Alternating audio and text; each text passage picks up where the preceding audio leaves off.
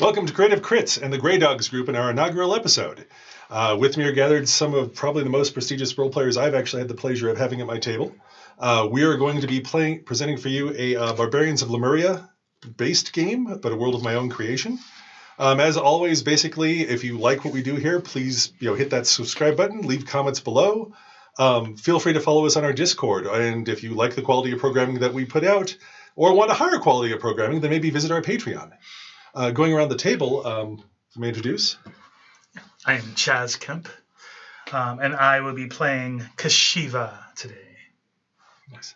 Dax Hopkin, and I am Zan, the Barbarian. I'm Brian Rothfuss. This is Dax. Rush Germany's darn pleased to meet you, and I'll be playing Auroch today. Nice. As usual, I'm Charlie Spicer, a resident Grey Dog for the channel, and kind of a studio hanger-on. But this time you actually get to see me run something I like, which is the sword and sorcery genre. Now then, without any further ado, come then, and journey with me now to an age long forgotten, when the world was still new, forged from unadulterated chaos that still fought against being bound to a single form. Where men first experimented with civilizations they had inherited from their former overlords and foolishly tampered with the darker powers whose dread masters once held them at bay. Where primordial beasts and restless spirits stalked the world's corners, waiting for a chance to release terror and chaos. And now hear a tale of the Elder Earth. They're not as famous as Port Car. The port city of Setherrioss has prospered in the 800 years since humankind has cast down the primordial races that once enslaved them and took it for themselves. Marble dome towers push high into the skyline, restored by hands that barely understand the architecture that originally made it. Still, remnants of the older races that once made this city still stand. Twisted columns of serpentine design, marble coiling around itself, still punctuate walkways throughout here. Statues of young men and women walking willingly into the sea still go ahead and line several of the parkways, and bas-reliefs, masterfully detailed, of gigantic sea beasts writhing in the port still decorate many of the walls.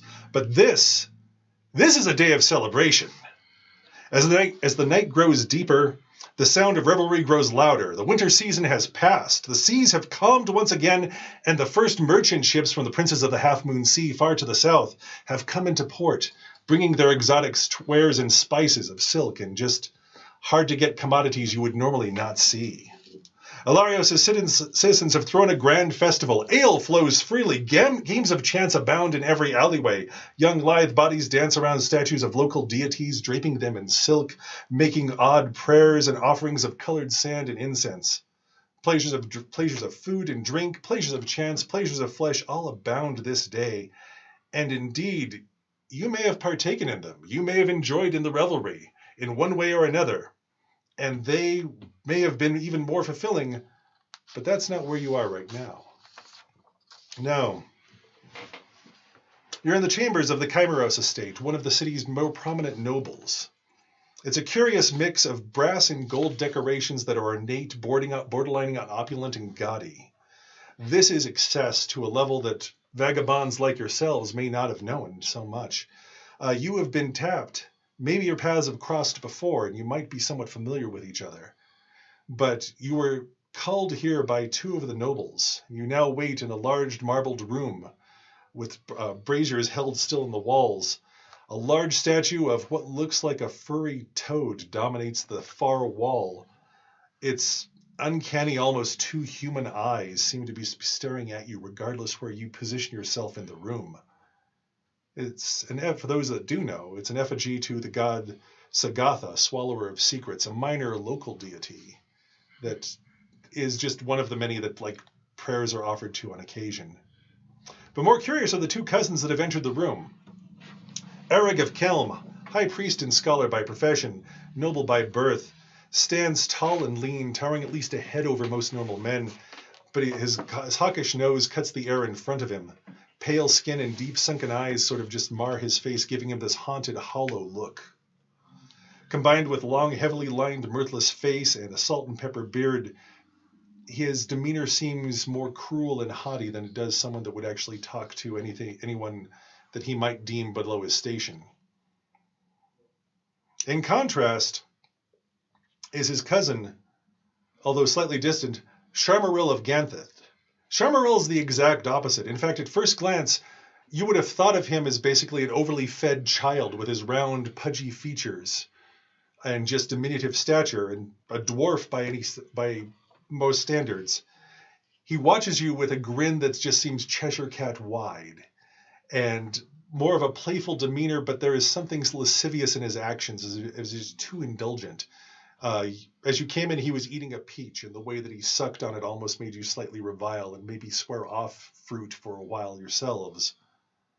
But he seems jolly, maybe a bit too jolly, as he clasps his hands and says, "Ha!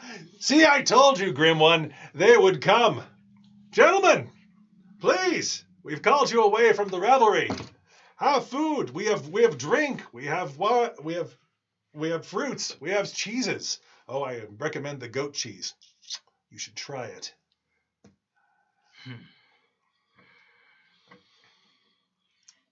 I think maybe talk first, eat later.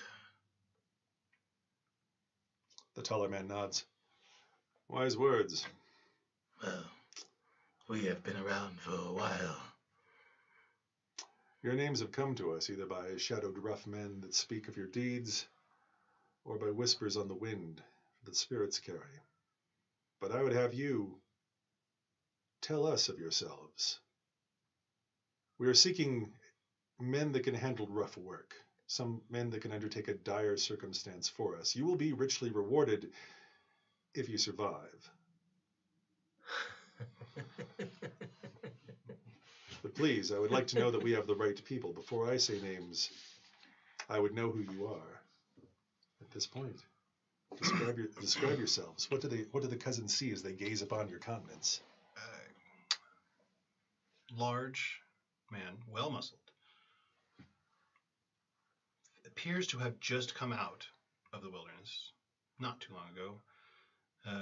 Covered in leathers, furs, and has a shoulder-length black hair, beard with a white streak and the left-hand side of both his hair and beard. He looks a little haggard, but definitely not subdued in any way. He's very sharp-eyed, brown eyes, black hair, and he steps up confidently and says, "I am Zan from the wastes, and I can solve any problem you have. Ask the necromancers, for several of them have died to my hand." A small chubby cousin clasps his hands and says, "That's well said." Maybe he'll be for you, cousin, next. Maybe, perhaps. I'm a bit of dabbler in the dark arts. Well met, Zan. He bows and looks for meat. There is indeed sausages that are there. There are small skewers of what probably was some sort of roast that have been chopped up and put on there. He will unceremoniously go get some. All right.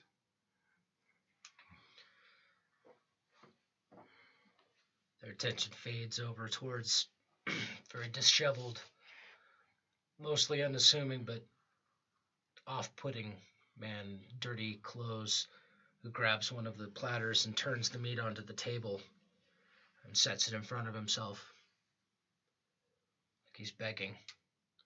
But not to anyone who's actually at the table, but to folks who may not necessarily be seen. Dark brown hair caked with mud and the filth of the city, but somehow knowing. I am Morok. That is what I was called before I died the first time.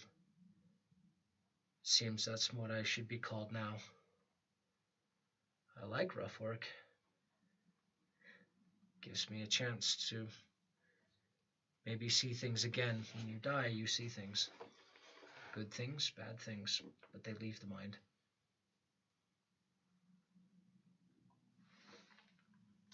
The tall gaunt cousin puts a small gem on there.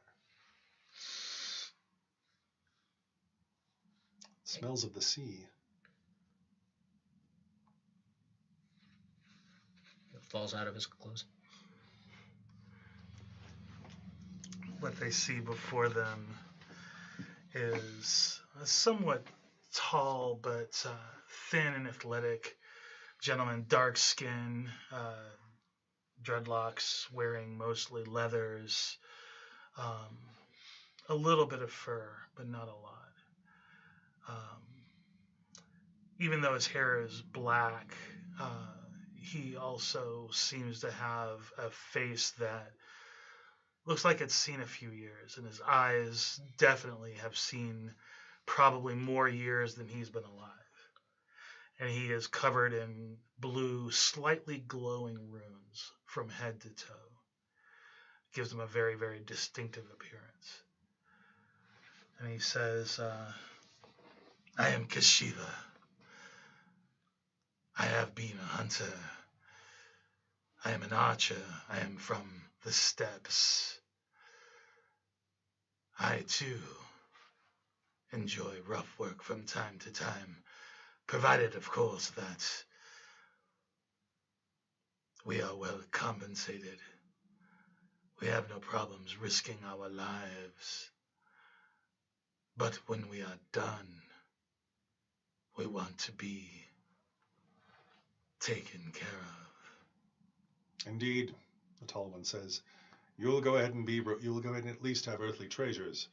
Anything else that we can actually provide within reason that seems accountable, we may accommodate as well. We can talk about that once the outcome is finished. But still, I would like to actually hear some of your tales firsthand, says the small dwarf. It's like, because many words have reached our ears, but I'd like to hear what it is that you think you have done that's proven your skill or worth most. At the very least, what would set you apart from other slayers or other adventurers in your stead? Zan will walk over and finishes the bone, or pulls the last of the meat off, sets it on his tray. Well, perhaps you've heard of the necromancers of Arcadia? Candia? Yes, well, one of these decided to raise back the dead of a very popular noble person. Oh, it was not a good idea. They weren't happy about it, and I got hired to deal with this necromancer. And despite being in the tallest tower outside of town and being guarded by many beasts that he had risen from the dead, he did not live through the next day. And how did you make your way into that tower? Well, since the gardens were guarded, I simply used my skills to acquire access from the top. I will not say exactly how. It's a trade secret, if you will. But I found him alone and unguarded, not expecting entry from the top of his tower. It was only a small fight, a few guards, a particularly large brute, which I think might not have even been human, but regardless, they're all dead now. Just as I can take care of any other problem that you might have. Well said. I like his confidence. He seems a little bit too confident, but we're not wanting humble men for this. Cousins look around the room at the remaining two. Arak, do you care to go? I remember a story. We were to get a bell, and there was a tower. Things were close to friends. Went with me. There were puzzles, there were traps, but things of this earth are easy to get past because they don't really watch, not with the right eyes. You all have the wrong eyes for some of those things, but the right eyes for others. In the end, the bell was retrieved, but the bell was broken because I didn't trust their humor. They all seemed a bit off.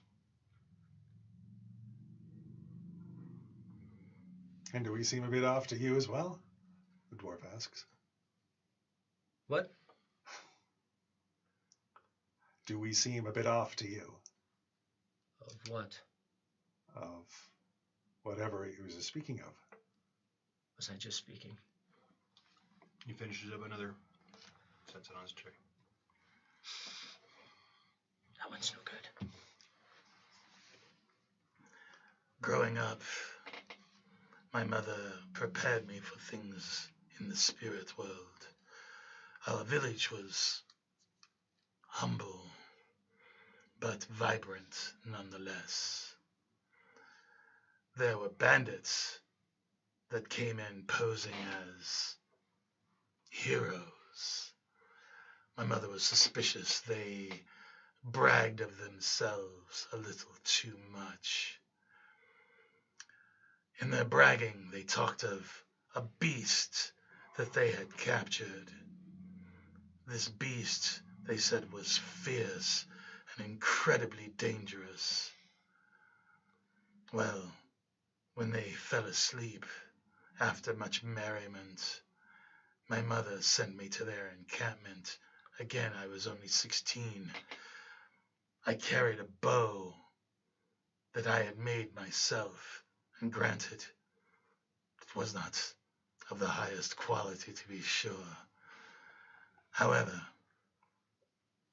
I snuck into their encampment, and lo and behold, they had captured a shadow cat. It was essentially what you would call a giant panther, but it had large feathery wings and gave off smoke. But they had it bound and tied down in a wagon. There were only 4 of them guarding it, which meant that I had to kill all 4.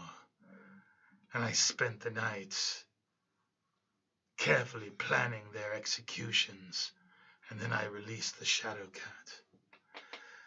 The bandits, upon seeing their brethren slain, and after seeing their prize had escaped their grasp, they went back to my humble little village. And though they could not find and kill me, they slew my mother as their form of revenge. I mourned for 90 days, as is our custom. And then from the bones of my mother's body, I built the bow that I currently have, and with that bow, I slew the rest of them. My mother was proud. Cousins pause and look at each other, as if a quiet conversation is happening between them. Both of them solemnly nod, pleased at your stories. For those of you Did you know that? That they're pleased with the stories? No, but they look happy. Oh, no, that each bow was made from his mother's bones. He never told me that. I wouldn't take it then. Okay, thanks. For those of you new to the Barbarians of Lemuria system, characters have fate points, which go ahead and let them influence the story plot in their die rolls.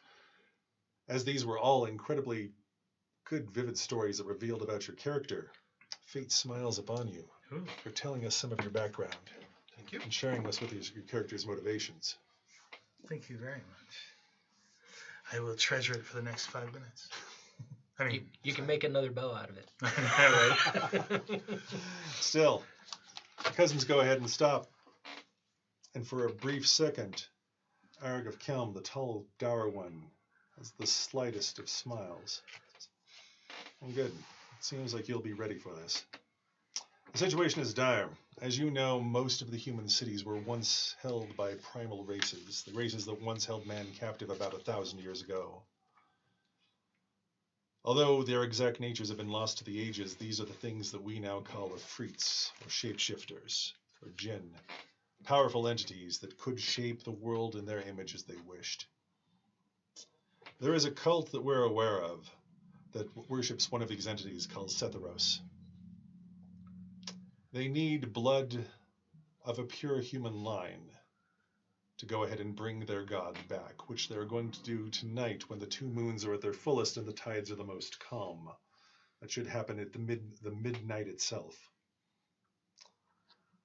The human they have chosen to use is our cousin Melisandre of Ilaros, chief daughter of the city, a princess, if you will, in her own right. She has been captured and dragged into the sewers, or into the undercity itself, the remains of which our civilization is built upon. As nobles, our part of our duty is to guard our citizens from the dangers of the undercity, so it's locked. However, if you consent and if we can strike a reasonable bargain, we would like you to journey into the undercity, find our cousin, and bring her back. He looks over to basically Sharmaril the dwarf, who nods in agreement of that. Yes, most haste. We don't want an avatar of an elder god to go ahead and be brought back here. It was hard enough to rid them as it was before. So it's no small task that awaits you. It's no small reward we can offer. To be clear, is the return of your cousin the priority? She's beloved by the city. Her loss would be great indeed.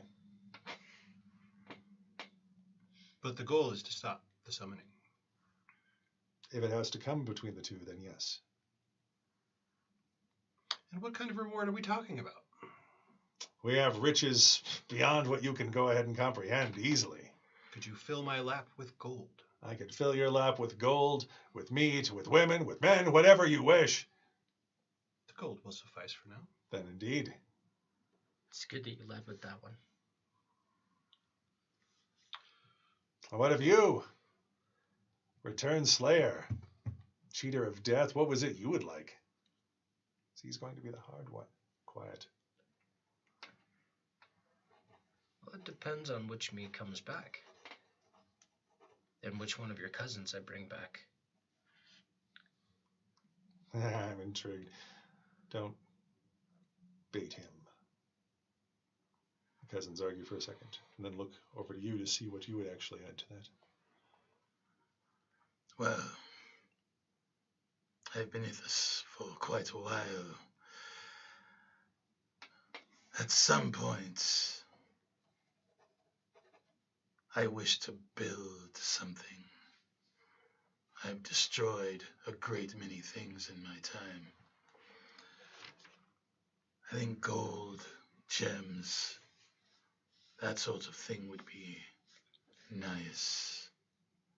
And from there, who knows, if you are feeling especially grateful, perhaps land as well for me and my companions. Land can be arranged. Excellent. That would be my price. Let us see what there is to see. Of course. Billy and... Excuse me. Arn turns to his shorter cousin and says, I believe we're finished here. I can go ahead and give them the final briefing. Of course. And I have matters I need to see in myself, because in your capable hands, I am sure this will be fine. And there's a festival out there with my name on it. If you'll excuse me. The dwarf sort of grabs another plum and bounds out of the room. His taller cousin waits for a moment or two to hear the doors fully close, and looks at you with a very piercing gaze.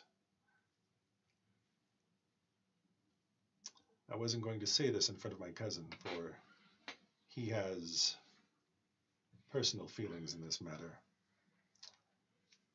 But this is not the first time this ritual has tried to be enacted with Melisandre or her line. And eventually, these fools are going to get it right, or someone's going to succeed. I have a second boon that, if you don't mind a little bit rougher work, if Melisandre's line ends, then there is no danger of this god being brought back. Is she the last of her line? Indeed, it would end with her. She is beloved by the city, but accidents do happen, and whether having basically a dire god return from the depths to go ahead and plague us again versus losing a family member, it's an easy choice to make. Is she part of the cult trying to bring them back? She is not, as far as we're aware. Interesting.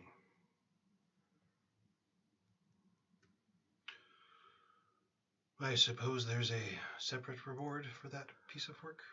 That'd be a personal reward for me, and I would let you name that. I would give you a minor boon if you could see to the security of my city. While I don't have the riches that my cousin does, I do have knowledge or learning or access to architects or anything of that, even weapon masters. You civilized folk never stop astounding me. But of course, it shall be done. Good. I basically motions to a servant that just sort of almost fades in out of shadow, just waiting there and behind the drapery, and hands him a small box, which he opens. Inside of it is a piece of bone that looks like it's been shaped into that of a dagger, a very sharp dagger. This is specifically for Melisandre. If this contacts with her, it will go ahead and ravel her soul and her blood.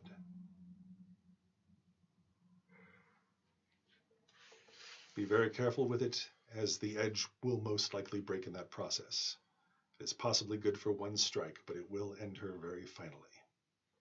Who wishes to take this?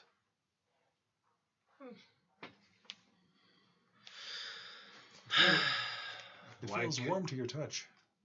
Almost pulses as if it had a heartbeat. It doesn't say anything, though. Yet. True. Why can I not just remove her head from her shoulders? I would like to make sure that her spirit doesn't come back. Or she cannot be returned by some means or another. Well, it makes sense. You don't necessarily need the blood to be alive to complete a story. I do not dabble in that dark matter. Makes Those sense. whispered secrets are not meant to be known for a reason. Indeed. But we shall carry out your task. It's grim work, and I don't begrudge you it. Why? Everyone dies. You can't escape that part. It's just a matter of when. If we speed the process along, does it matter? Some of us don't get to come back. But You all come back. I just want to have fun getting there. Very well, then. That's Let us why go. I like you. We're decided then. He claps his hands twice, and the door opens, and a very large man dressed more like a hunter, clean-shaven head, just kind of strides in. This is Gnarl. He is one of my finest hunters. He is also warden to the Undercity. He will guide you to the gates there and let you through. And Gnarl bows to you all sort of silently. we are on the way now. You are indeed. Gnarl, will you see them to the Undercity then? Gnarl basically nods silently and turns to basically leave the door. Is he armed? He is. He seems to actually have a short sword on him, and at least 2 daggers that are pressed. It looks like they're more ready to be thrown than they are to be willed. Okay. He carries himself with the poise of a fighting man. He doesn't carry himself in a way that he feels either threatened or wants to threaten you. Okay. There's a confidence to his step as if he knows where he's going. I will grab another handful of food. Okay, easily. And a flagon. Mm-hmm. And I will follow. All right. I'll grab a flagon as well. Mhm. And I'll grab a piece of fruit. And when I do, I'm going to look back up at Arik. Mm-hmm. And I'll nod. But I'm looking at him as if to try to read him, to see if there might be some sort of deception. Give me a mind plus whatever profession you think would work for that. In Barbarians of Lemuria, your character's skill list is defined by profession, such as hunter or pirate. So it's a wide open list that you'll use to draw from for that. A mind figures your intelligence or your insight into other people. And what profession do you think would lend itself to basically being able to read people that you have? Probably sorcerer, just because sorcerers tend to play on multiple playing fields. You know, they'll tell you this thing up here, but there are layers underneath, like games within games or plots within plots, generally speaking. And he strikes me as someone who plays the game on multiple levels. So that's my thought. No, that seems well. You as a practitioner of the darker arts yourself, or at least dabbler within spirit realms. Dabbler. Yeah, not really dark arts, but at least speaking with spirits and working with them, you can kind of you've learned how to read those that you wield similar craft. I'll accept that. Okay. So 2d6 plus your sorcerer plus mind. You're looking for a total of 9. Okay, so it'd be 2d6 plus 2. That's a 7. No, sorry, that's an 8 total. That was a 3. So that's an 8 total. So not quite. He seems inscrutable. There is indeed wheels within wheels working with any noble. And while he does seem to be uncharacteristically direct, you can easily sense that there is something that he's guarding with that. Maybe not directly involving you, just basically maybe his own machinations or his own worry about the outcome of this. Okay. All right. Well, as I bite into the fruit, I'm going to bite into it, look at him, and then turn and follow everyone else. All right. And then as we're traveling, I will turn to Kashiva and say, Kashiva, I did not mark you for one of the civilized folk who think you can own the land. Well, I have trod upon it. I have traversed it. I have hunted upon it.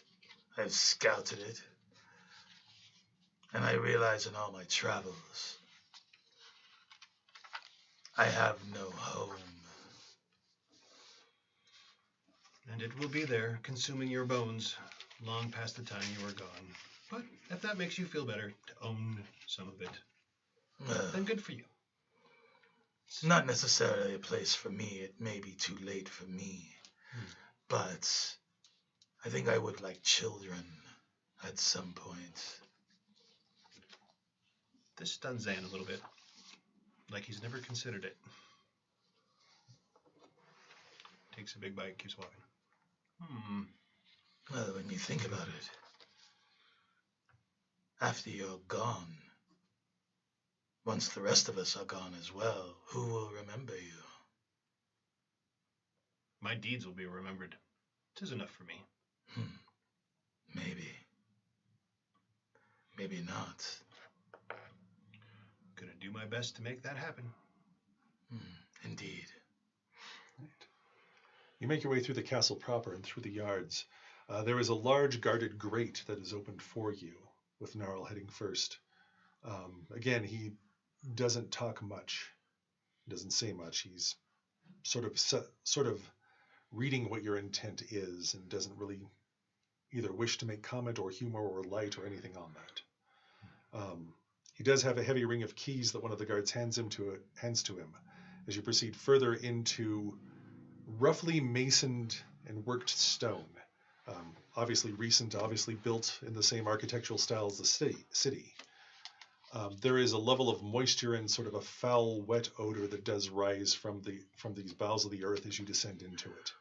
The stairs are moist, not exactly slick. Lichen covers the walls as you do descend down almost to the water level. Okay. Gnarl's still with us? He is. He's leading you so far. As we're walking, I do want to ask, so do you have any idea of whereabouts we're headed down here? You're going deep into the Undercity itself, where few men venture. Only with the Lord's permission and sanction can anyone go there. There are strange things that still lurk there that people tell of, such as a beast with teeth that are 6 inches long. I'm sorry, I misspoke. 16 inches long. But that is a big difference. Indeed, I have not seen those, but they are whispered. I take care of whatever comes up to the first levels. He doesn't know where we're going. Okay, thank you, Gnarl. But no, very few venture down there. However, I do ask that we pause here on the landing for a moment. As you wish. And it basically is just a moment until one of the masoned walls grates open as part of the section falls back, and a short figure, round and still incredibly jolly, emerges from there, draped in silks. Slayers! I wanted to go ahead and at least give you my blessing for what it's worth for this, and also ask a boon if I could. I know that my cousin has his own agenda for this as well. I would like to ask if you would consider sweetening the pot some. I can offer you access to just about anything he can. Craftsmen, artisans, money, whatever. And I'm willing to negotiate on that I don't have and maybe broker it on your behalf. I have many connections in this kingdom and others. I just have a simple request that my cousin Melisandre does not see the surface. That's a hard ask. She is beloved by the city, to be sure, but her family is brokering war, and she herself is a war hawk and a feisty one as well. Were she to cede to power, we would be at war with the princes of the Half Moon Sea, which is also our biggest ally. I also am curious how this cult keeps surviving for generations. My ask is this, and I'm not sure what payment you would want for this. Their head priest, if you can single them out, priest or priestess. Head, that's a funny play on words. If you could bring me their head, I could actually I have means that might be able to suss out why they keep returning and where their network is, so I can at least see the security of my city.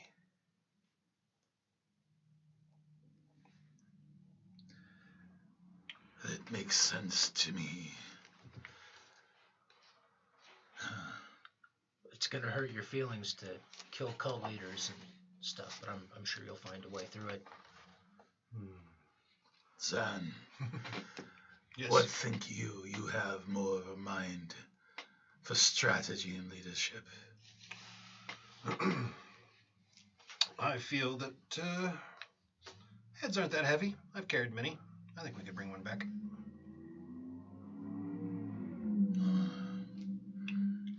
That suits me. Arak, what say you?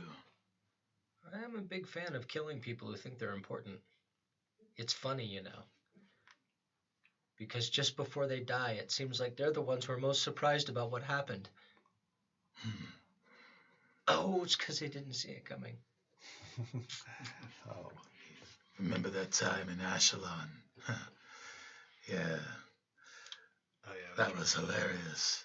The expression on his face as his head rolled down the stairs. Comical. Well, it was the follow-up puppet show that I did. Oh, I can't be hurt. I can't be killed. I mean, that was... It scared the kids, but I thought it was pretty funny. They're not going to forget the lesson. Not anytime soon. Well, and the bloodstains won't soon come off the stairs either. Well, before we go too far down memory lane, perhaps... Oh, sorry. No, I have a cask waiting for both you gentlemen to tell me this story upon your return. And also when you tell me what your demands will be for that, because I will not pressure you for that now. But I don't expect it to actually be a simple ask either. I'm not asking you to do a menial task either. To kill a beloved sister of the city to ensure that we stay at peace, and to bring the head of a cult leader to ensure that we are no longer overwrought with this. Yeah, killing her is gonna be the hard call. I don't know if I can make that step. It won't be a light ask.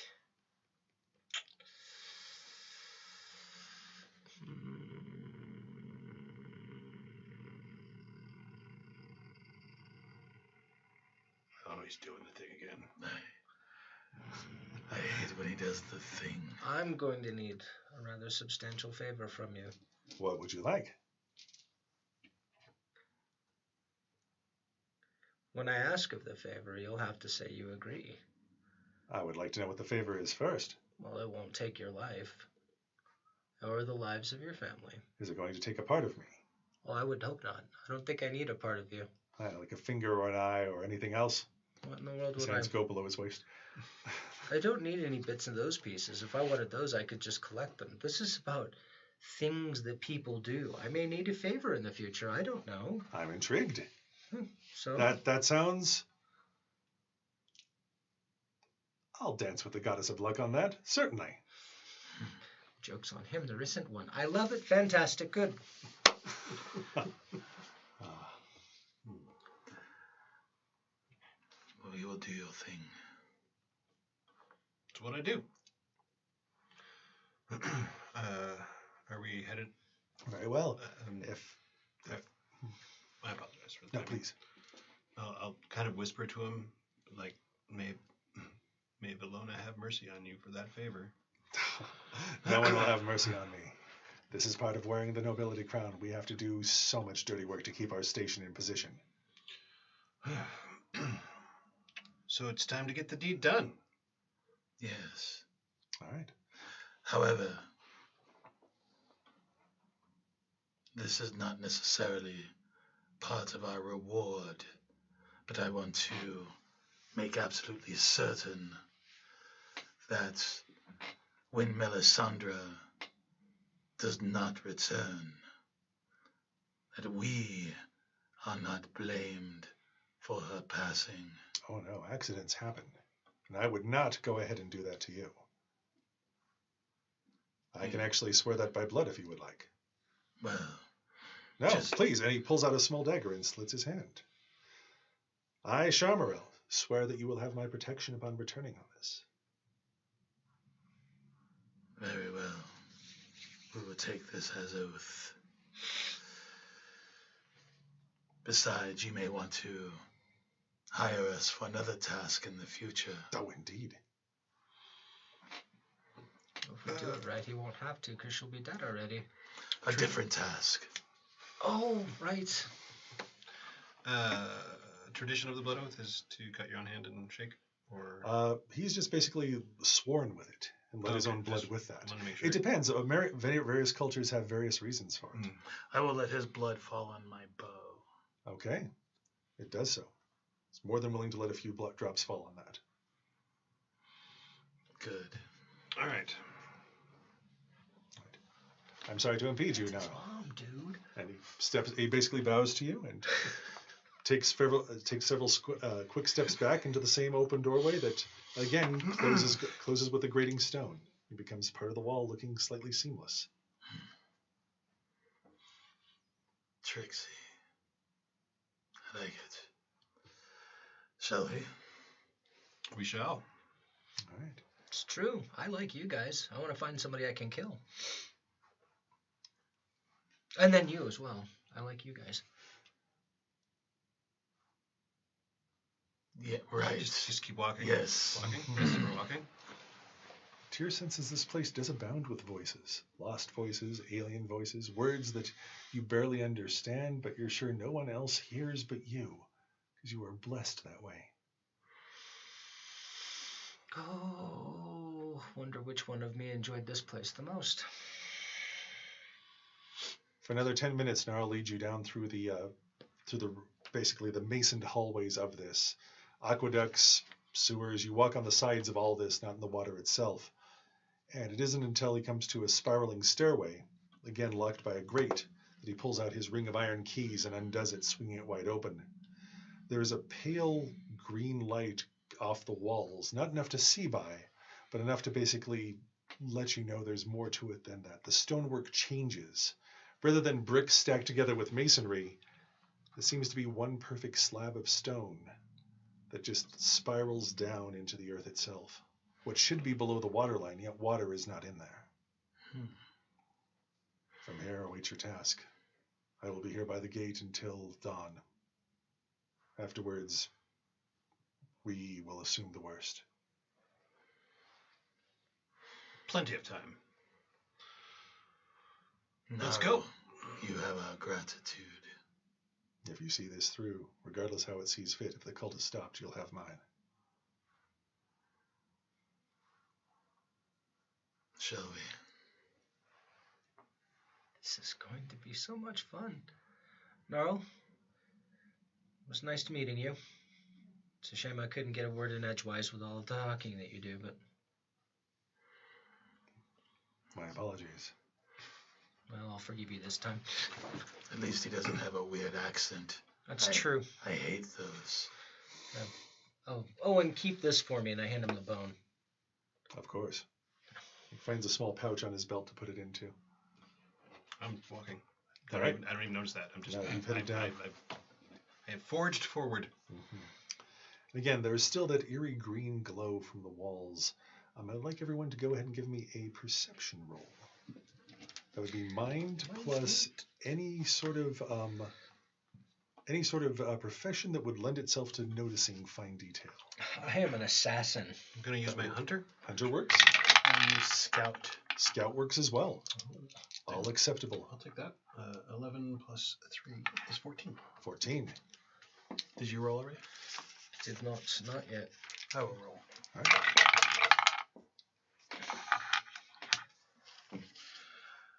7 plus 3, so that's 10. Nice. Easy. 8 and 3 is 11. Sharp eyes all around. You quickly discern that on the wall itself, what seem to be small marks, maybe etchings, have sort of a scale motif to them. But even more than that, they're sort of rounded caricatures, where basically most human writing goes linear with an up and down, or maybe like a kanji where it would cross. These are curved and sloped, sometimes repeating themselves. But every 30 feet or so, there's one that shines a little bit more brilliantly, and it doesn't take long to discern that there's something that's been smudged upon that. Something that basically makes it radiate like that, as if it's an ancient odor that's been activated by what's smeared there that's caused it to glow. And it becomes very quickly apparent that what's on there is blood. Someone knows the way down here, and someone knows what runes to activate, as if there was a sequence that needed to be done to disarm something, perhaps? Whether that's actually kept or not, these runes are still glowing. Are we still in an area with water flowing in the middle? There should be water here, but there's not. Okay, so there's a channel. There is. The wall itself does seem cool, as if there is actually something on the other side of it. But again, it's not so much there's steps here, it slowly slopes down. As if some sort of great serpentine beast just bore this out of rock itself. So these aren't stairs. It's kind of like a one long ramp. One like long winding tunnel. It becomes quickly hard to discern which way is north. Up, down is easy. But with the twists and everything from here, you're grateful of the fact that this tunnel only goes one direction for now. Otherwise, you may be lost if this was a maze.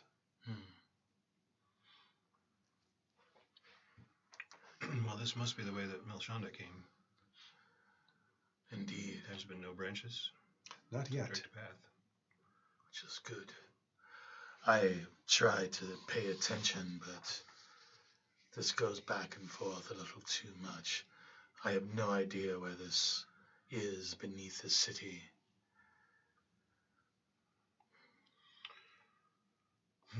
Well, we have a way to go. Let's go that way. Would you like for me to scout ahead?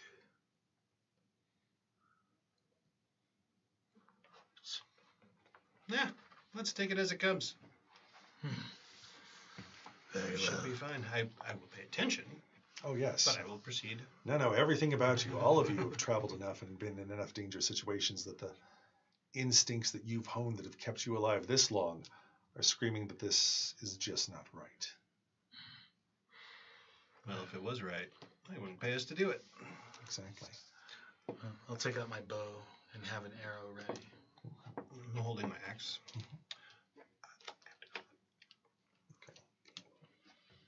Cool. So this winds down, again, coming to a large room that looks at least maybe 20 feet wide on a side. This, however, is filled with water that does seem to be about waist deep. Source? It seems to be undulating and bubbling up from the center and occasionally swirling, as if there is some sort of drain in the room itself. The doorway across it lies on the far side.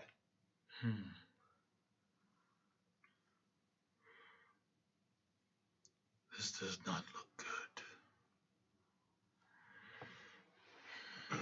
And I assume we can't not see through the liquid. It's, again, darkish just because of the nature of being underground for it. It does seem to be more clear than not, just dimly lit. There doesn't seem to be anything large moving in there. Small shapes like minnows or maybe the occasional trash fish. Is there enough light that we're not using a torch? No, you will have to at least have to put something in there.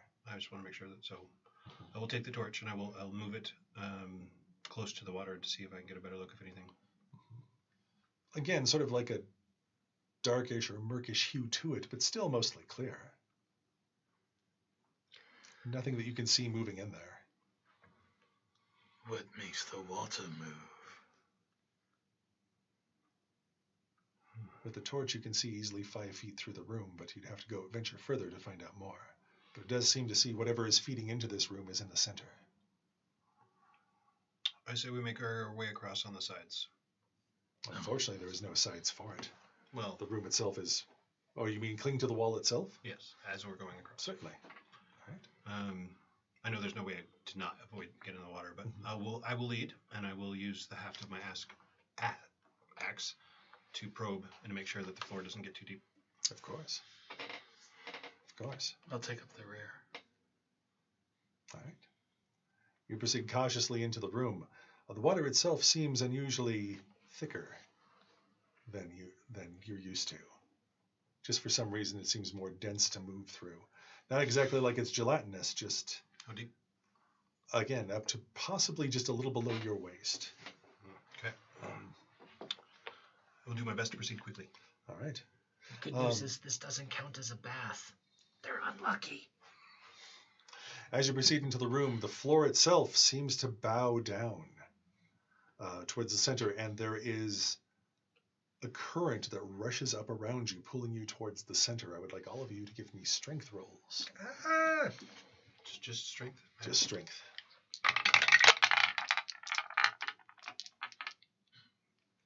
But you're barbarian huge. You'll be great at this. 9 total. 9.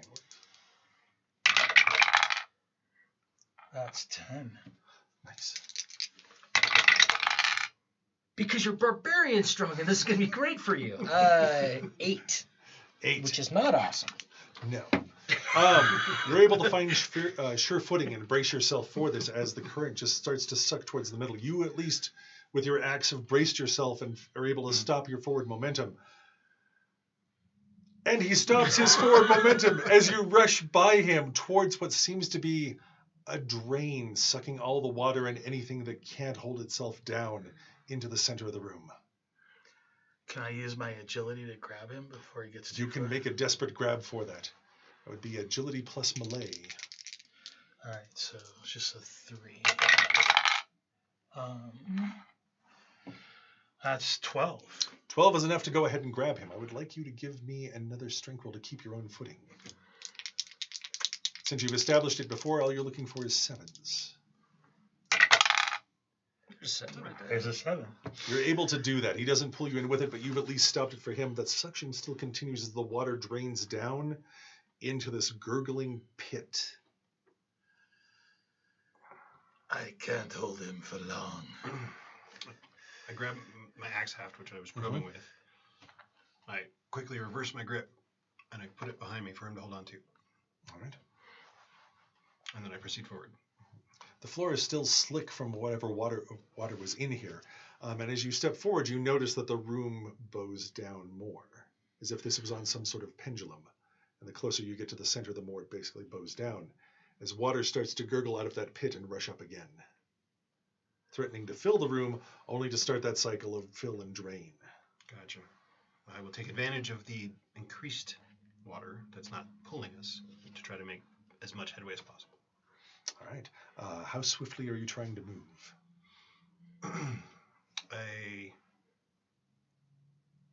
The the water walk, right? So the heavy resisted movement, but I'm taking long, deliberate, grabbing steps, trying to pull myself into it.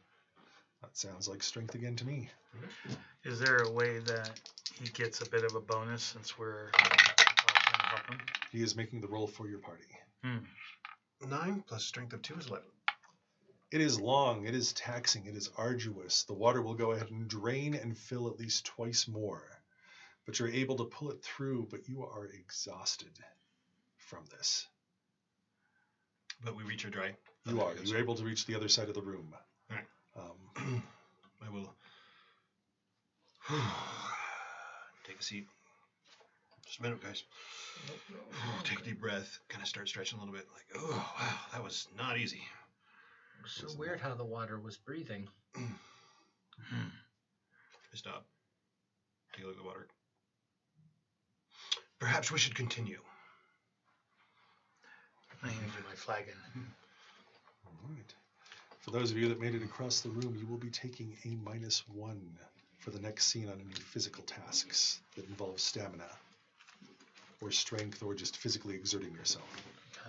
Got it. Once you've recovered from that, you'll be fine, but for now...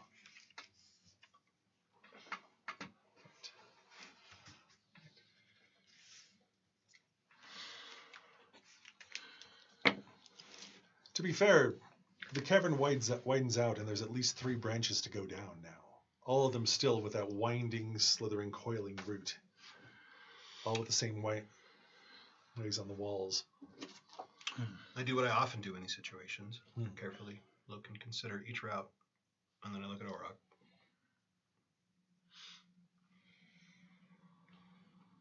He seems to know these things. Or at least has better luck picking.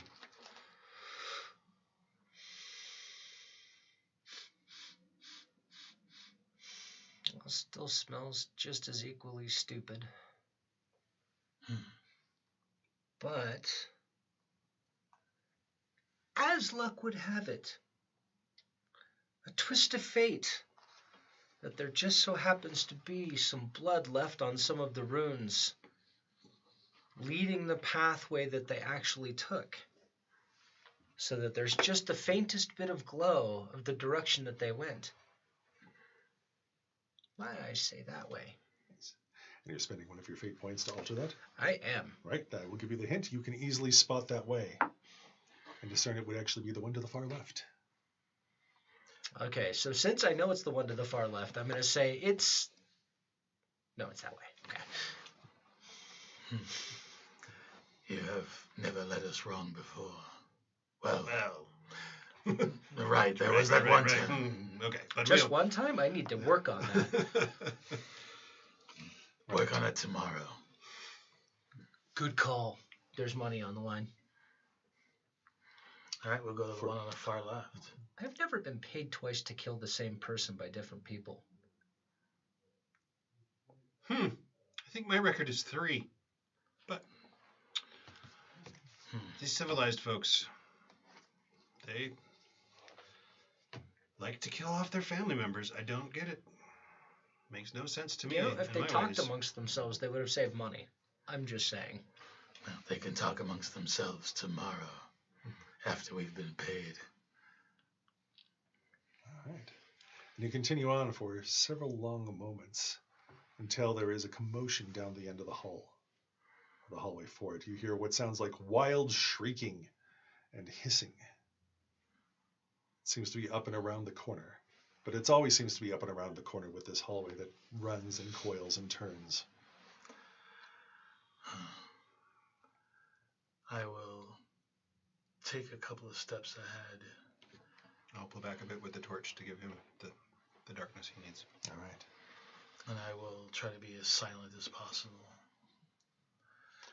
That would be agility plus scout. Okay. And that will set the target number for what your opposition needs to be able to hear you. All right. Go ahead. Ooh. That is a 9 plus 5 is 14. Yeah, I will not even get that. Oh, you got close, though. With a 10, basically, I still don't get the 14. Right. You peer around the corner. It looks like there have been 2 torches that have been crudely hammered into the wall, as if possibly the party that preceded you that the cousins spoke of had come this way. There seems to also be a rope snare, again crudely fashioned from the ceiling, and in it a small furry creature yells and screams and twists, swinging it back and forth, as several serpent-like looking like creatures claw at it. Their bodies are long and sinuous like that, again, of a serpent, but they have 2 arms and a face almost human, with gills or at least some sort of frills around their neck that have fanned out as they hiss and bite and jump out, try to spring and lash out of the water. At this, there seems to be at least 5 of them at this creature that's bound and kidnapped and can do nothing except swing this net back and forth and try to stay out of their reach. The creature that's above them, what does it look like? From inside the net, furry with sort of a pointed nose, or at least sort of a snout, and you can guess sort of small clawed hands look like they're more for fine work than anything brute-like. It's dressed in some semblance of rags, but not anything that would be of human finery. Oh, it means nicer than what I wear. Is there anything else in the room? That is it. It seems to be a wide section of it seems to be basically a section where 2 of the tunnels had crossed over. And just at that intersection, someone decided to set a snare and has caught this thing in it. And these serpent creatures are jumping and trying to claw at it. Easy prey. All right, I'll come back and whisper. There seems to be kind of a widening area. There's some creature in a net above a bunch of water with serpent-like things trying to get at it. The serpents seem to be, they're sort of part human and part snake. They have arms and human-like faces, but bestial in nature. Is the thing a distraction for them? It seems to be easy prey for them. However, I do not know if there is a way across without getting into the water. So, we will have to kill the serpent things. Is it lit? There was a torch that was hammered into the wall. Ah, yes. All right. Crude torch. You said 2, right? Yes. 2 torches. Very crude, but provided light. Then I say we proceed quietly, and I douse the torch. All right, you can. The area still is in the center of where this passageway is, where the two tunnels overlap. There's about a pool of maybe about, you're guessing, ankle-deep water that these things sort of slither around. To try to traverse all 5 of these serpent things that are around the net would be an arduous task. They do seem unaware of you, however. Well, then I will see how many I can kill before they notice. Oh, are you inciting combat? That sounds like it. So how do you wish to open this? I will creep slowly and quietly as best I can. Axe in hand. And I will attempt to get between 2 of them so that I can hopefully swing wide and cleave and hit 2. Yes. And what are you doing, Arak?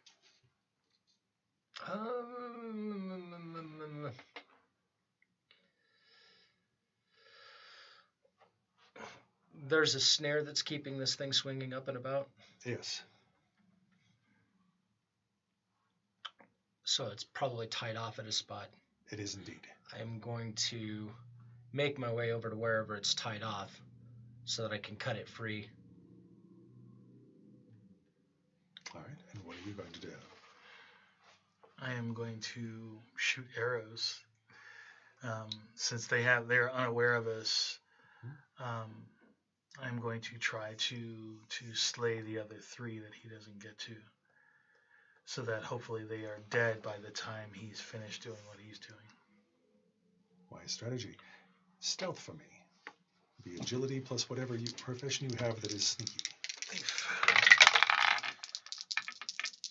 9 plus 2 is 11. 11. All right, and because I'm sneaky, I get to do this You got a bonus die. with a bonus die, So you have 3 dice instead of 2 and take the 2 best. Or which 2 is that good you because wish. that one is terrible. 7, 8, 9, 10, 11. 11. All right. Thief or scout, would you say? Whichever you choose. I'll choose scout. Agility and scout. Ooh. That is 5 plus 5 is 10. 10. All right. Sets my precedent for them. No, they're unaware of you. Make your swing. You're trying to cleave 2 of them? I am. All right, that would be melee plus agility. You're looking at a -2 off your roll. Plus or minus 1 because of fatigue. Oh, yes, indeed. Oh. So that would have been a 9. But... Right. I swing so hard that I forget to lean in either direction, and I miss them both completely. But I make a ferocious ha-ha as I do so.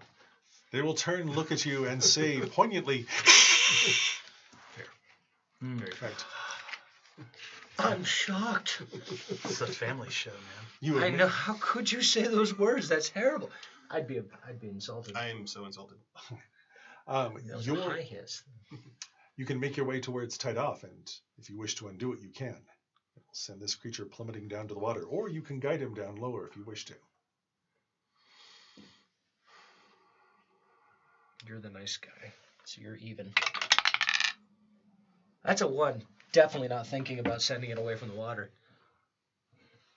So what do you do? So I'm cutting it, but not thinking about guiding it down All right. because that's not how it came out. You had arrows at the ready. I did.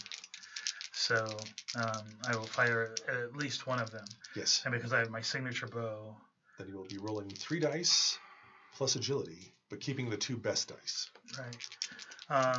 So normally I'd have a +5, but because I am fatigued, You would only have a +4. I'm a +4. I'll get rid of the 1. So that's 10 plus 4, so it's 14. That will be a direct hit on one of them. Roll damage for me if you would. It would be 2 dice. Since it's your signature weapon, keep whichever one you wish. All right. I'll take the 6. All right. The 6 sticks severely into one. It shrieks as its long flexing hands grasp at the arrow and looks at you and hisses. And we are now in combat. Initiatives, please. Remind me what initiative is it? That's the initiative, combat skill number, Roll your and then initiative first. agility. Thanks. Roll your initiative first. Oh, there it is. 2 dice or 1? 2 dice. Plus initiative, plus agility. That is a 8. Are we minus 1 to this as well? You are. My initiative is 10. 10. Thank you. So that's 7. I'm at 10. 10. All right. 3, 4, 5, 6. 5, 6. All right. So the initiative order goes heroes with success, and then villains, toughs, heroes with failure, and rabble. You will be all going before these go. Because they're monsters, but they're not toughs. All right. Well, let's go ahead and start off with Kashiva. Okay. Or Kashiva, my apologies. That's okay. Kashiva is fine. That's what I'm going with now. Kashiva. Okay. All right. I am going to, since one of them is hopefully badly injured, Yes. I am going to go for a different one. Right. Because I figure hopefully either I will attract their attention so they don't go for the beast cage that just fell into the water, or it'll be easy pickings for anyone else. Mm-hmm. So, all right. So, the 1 there. And go with, all right, that's 11 plus 4, so 15. That will hit indeed. And give me that damage, please. Remember, it's a signature weapon. Yes, so you still get the best of that. Okay, so that's 4. 4.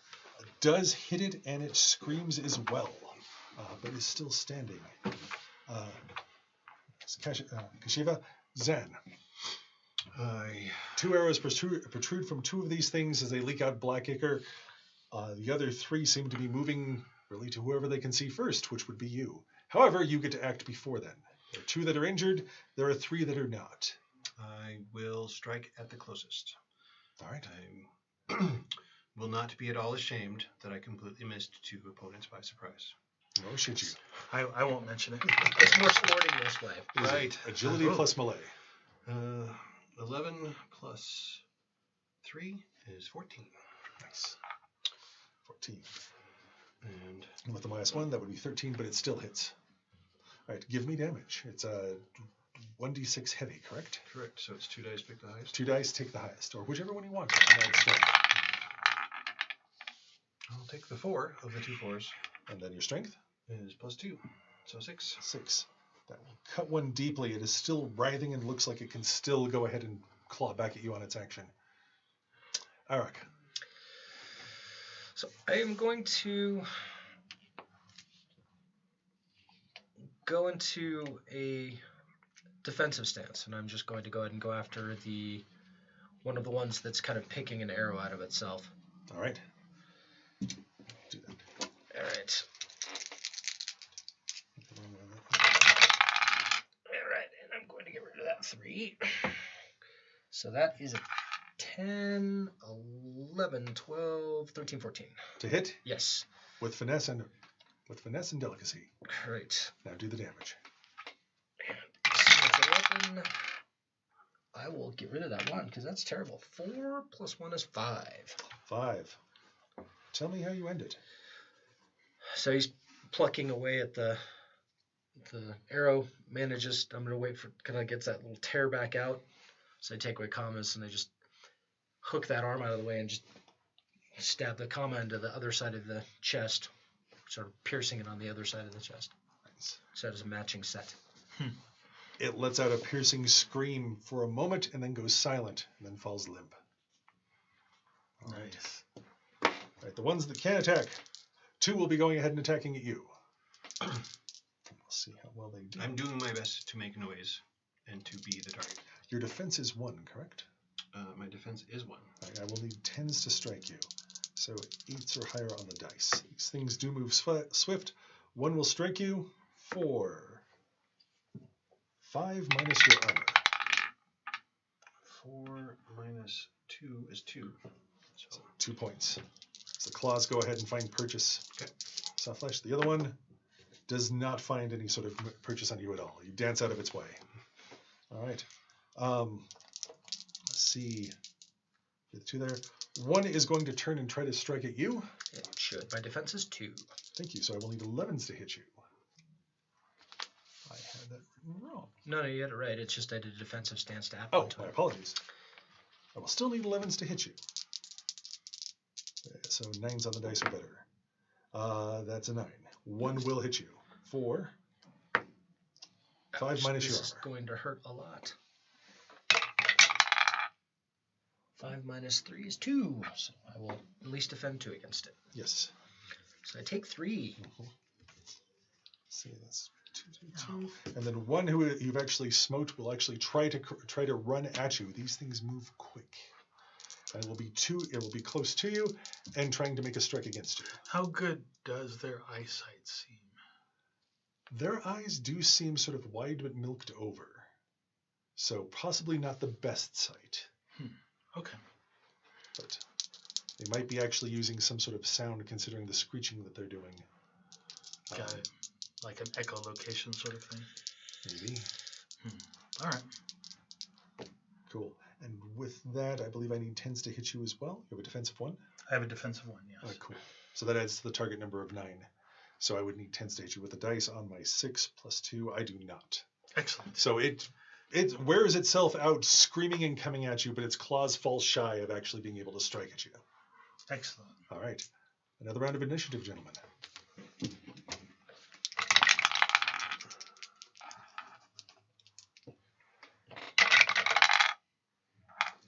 I apologize. I miscalculated last time, but my initiative this turn is 6. That's all right.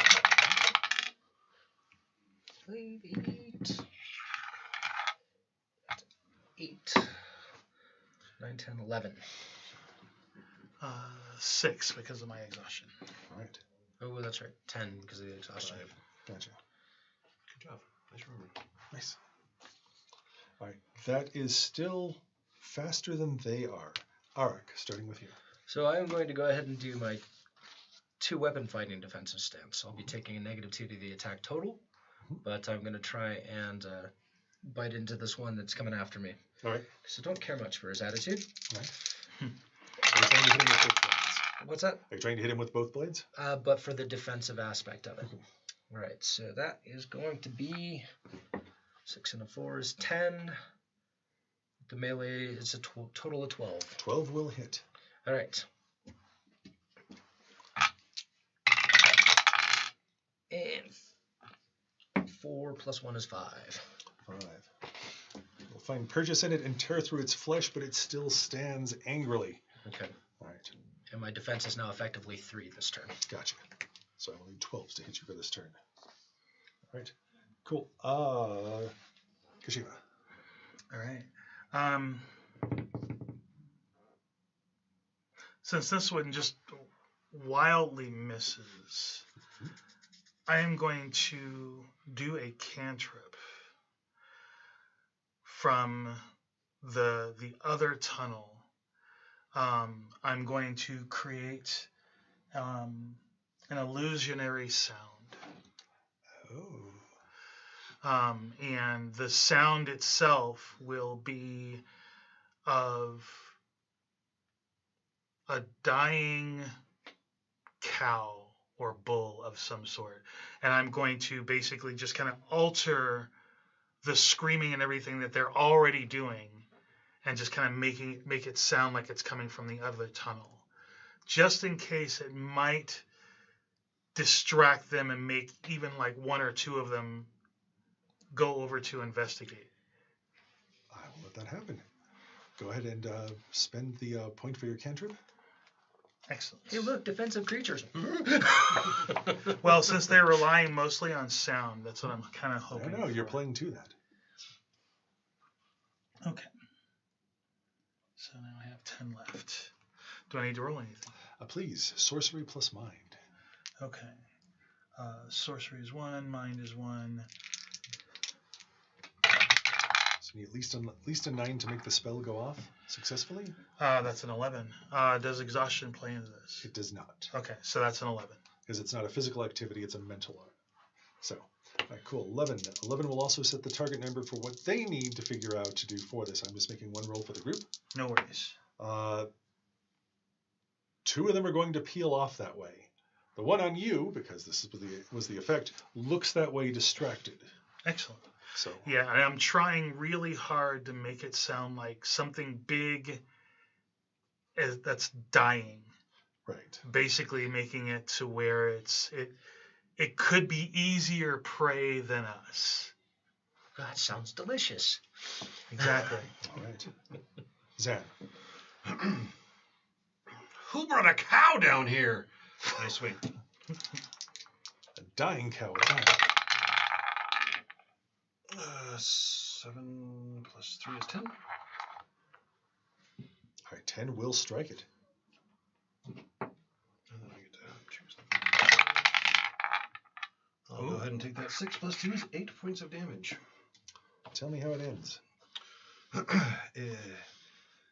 The thing turns its head briefly because it's distracted, which is all the opening I need in order to dig the Dane axe deep into its neck. Wow, that was a tongue twister. And put my foot on its chest, wrench it out, and as it falls, move on to the next one. Indeed, your Dane axe digs deeply with dire results, spreading ichor everywhere as well as parts. The other 3 are distracted and will not act this turn. Initiative, gentlemen. Nice. Well played. Thank you.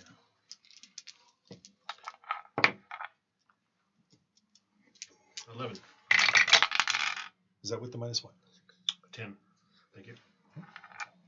4, there's 12 that is with the -1. Thank you. 10 with the -1. All right, all heroes have success. Kashiva, you are up first. All right, so it's point blank, but I will fire an arrow at the one that's right in front of me. As it's turning its head back around, realizing I'm still here, I am hoping that I can bury an arrow right into its eyes. Do so. 3 dice.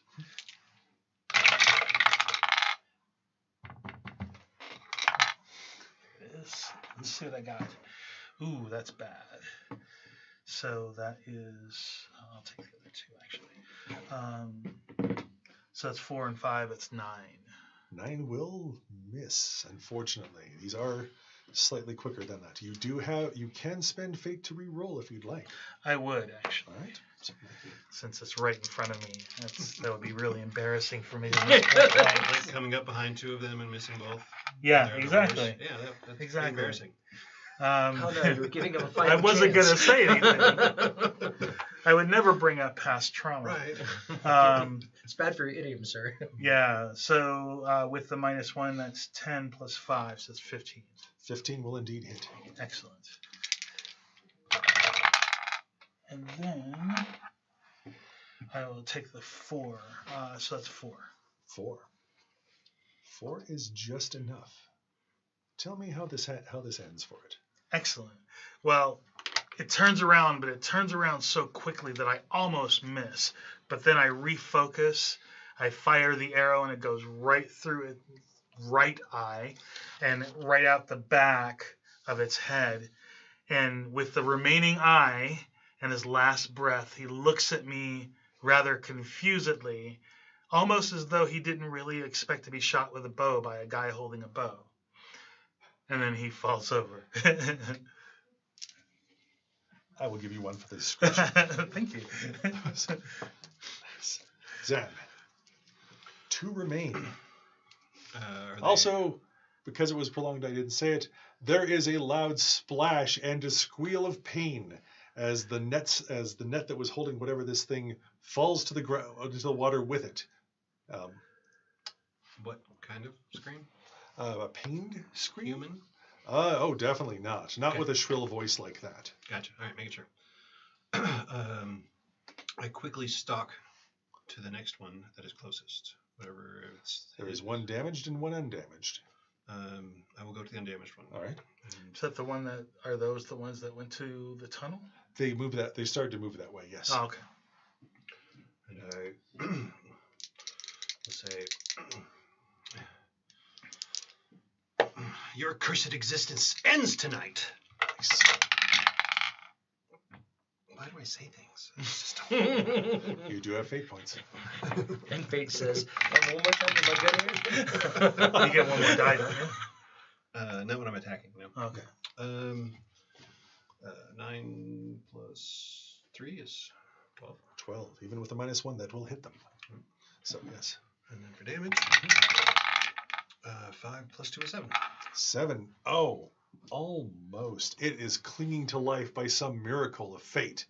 But that is about it. You have almost cut it in half as its arms grip its innards, trying to hold them in. Arak. There's 2 left. Both of them are wounded. All right. I'm going to get my commas ready, like I'm going to do dastardly murder, and then tuck them in my belt, and then go fish whatever it was that fell in the water out. All right, you can pull the net. The body inside, small, fur-covered, with a rodent-like snout, is screaming and writhing, trying to actually gnaw its way out of the heavy rope cable. Quiet! We're being quiet! Shut up! And I'm even going to put my back to the thing that was attacking me. You're going to let him know we're coming! And that'll be my turn. For putting your character at a disadvantage for this. As they do attack, one is going to go ahead and swing wildly back at you. As its last dying breath, it knows it's cornered. Actually, roll 2 dice. There we are. Just a 6. Doesn't matter. Just a 6. It was like, it doesn't matter though. However, as its feeble claws rake at the air where you are not. Had you been basically 2 feet forward, it might have nicked you severely. One, however, seeing you turn its back to it, is going to go for that jump shot kill. You are at 10 still. Yes. And again, it's still going to fall shy as preternaturally you're able to evade from it. It's that dumb look. I'm like, look! Yeah. This is a dangerous... Look, a minute! I will accept that. All right, gentlemen. Initiative? Initiative, please. For quite possibly the last round. 9. 15. 15. Nice. Oh, look at that. That's a mighty success. That would be. Every time you roll 12s, 2 6s, that's going to be considered a mighty success, and good things happen on that. Specifically, with initiative, if you roll a mighty success, that means that Tufts and Rabble don't go this turn. Oof. Nice. So these creatures will not get an action for what probably is their last few moments on this fictional Earth. Arak, what would you like to do? So, I expect that I've got this thing kind of de-netted. Yes. I'm just going to net the snake. That would be melee plus agility, actually. Excellent. I like that.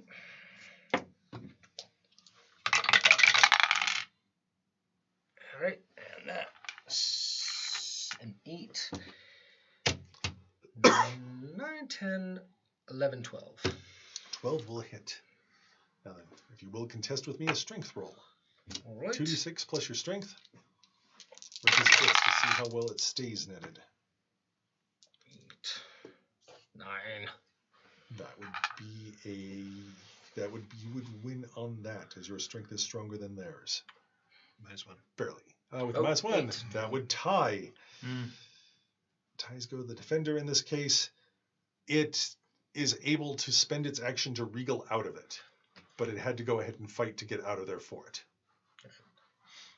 Yeah, you put the net around it masterfully, but it's able to rest at least somewhat loose from that. It is It slithery. didn't get an action this turn anyway, but Right. I mean, it now has to. Now, actually, it has even less of an action. All right, Kashiva. I'm going to fire at the. Since it looks like you're handling the one that's on you, I'm going to fire on the one that's on you. Of course. Sure. Now we look up the rules for firing in melee. There are none. You're heroes. You can do hero things. Okay. Heroes. So that's 7, 5. That's 12 minus 1's 11. 11 is enough to hit it. Good. All right. While they are quick, they're not that quick. I'll take the 5 of the 2 5s. All right. 5 will be enough. Tell me what its last moment on Earth is like. As it's sitting there amazed at what should have been an easy meal for it, how things could have gone so wrong. It thinks about the fact that nobody ever comes down here. What the hell is going on? This turned out to be the worst day of our lives. We had a meal in front of us, and now I'm pincushioned with arrows. This sucks. And it bleeds out and spurts and just kind of falls limp with the enormity of the goth moment that it is experiencing for the last time. Wow. I will. You asked. No, I did. I did phrase that. That will teach me to try to be Matt Mercer. All right. No, but it does end. I believe that leaves it to all of its turns. Xanav, you went this turn. There's the one that has freed itself from the net by some sort of miracle. 7 plus 3 is 10. 10 is enough to hit it. I'm going to roll basically because it had to wriggle out of it. So it's not concentrating on defense. Right. I'll take the 6 plus 2 is 8. How do you exit it from this world? Well, I'm not going to stop trying to find creative ways to say this. I had previously just dodged the attack of another one. As I rear back and swing mightily, it falls away from me with an arrow stuck in it. But I am so caught off guard for just a moment that I keep swinging and turn until I come back and make contact with the one behind me that was fighting with a net. It's like, ha-ha! Go full circle on that. Yep, and I dig the axe deep into its back and go, yeah! Eventually, it works. All right. I meant to do that. As you slay the last of them, there is a stillness. Save for the small rat creature thing trying to actually run away. Does it look tasty? It's about maybe so big. And it starts out basically on bipedal with a serious limp and then tries to go all fours, but it's not moving fast. It seems to be injured in some regard.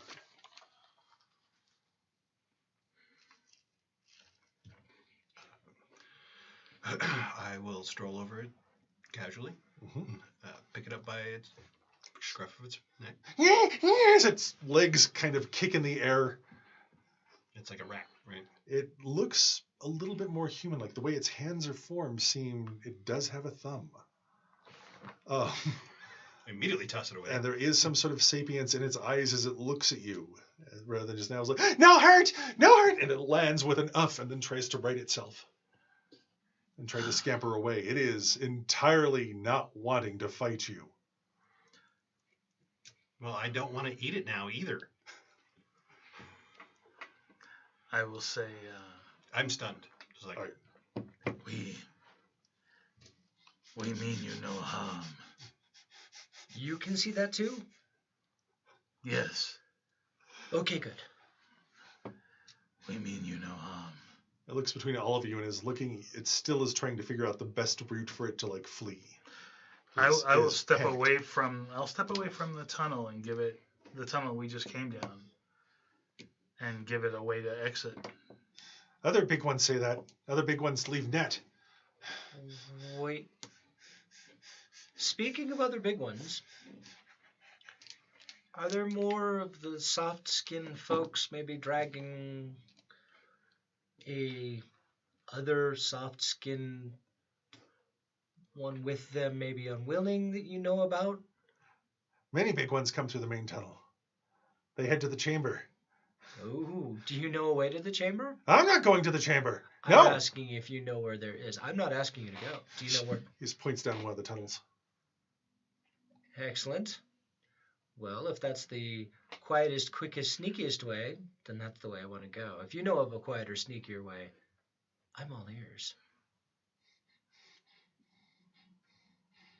I mean, if I wanted to hurt you, you're not getting away. It seems to kind of try to ponder that, but Yeah, so what my- intelligence we're both pondering this at the same time. as you both sort of look up, trying to figure out what that exactly means. Stan's just staring at it, like intently. I mean, if you tell us It that'll- reaches into what passes for a tunic, which is just sort of more of a swaddle of cloth wrapped around it like an apron to hold things, and pulls out a small ball and just tosses it at you. Sort of defensively. A small something basically just tosses your way. Not meant to strike you, just basically like, get. I just want to know how to get there without getting hurt and sneak up on something. He points down the other hallway. That sounds like a good hallway. Here you go. No, you need that. Oh, I do? You want to be sneaky, you go that way. You talk to the Guardian. I don't want to talk to the Guardian. I go. Oh, this is automatically going to be more fun now. What is that? The Guardians? No, what he has in his hand. It is a small, looks like some sort of onyx or polished marble sphere. What is it for? The creature doesn't say anything. It's looking like it's trying to bolt.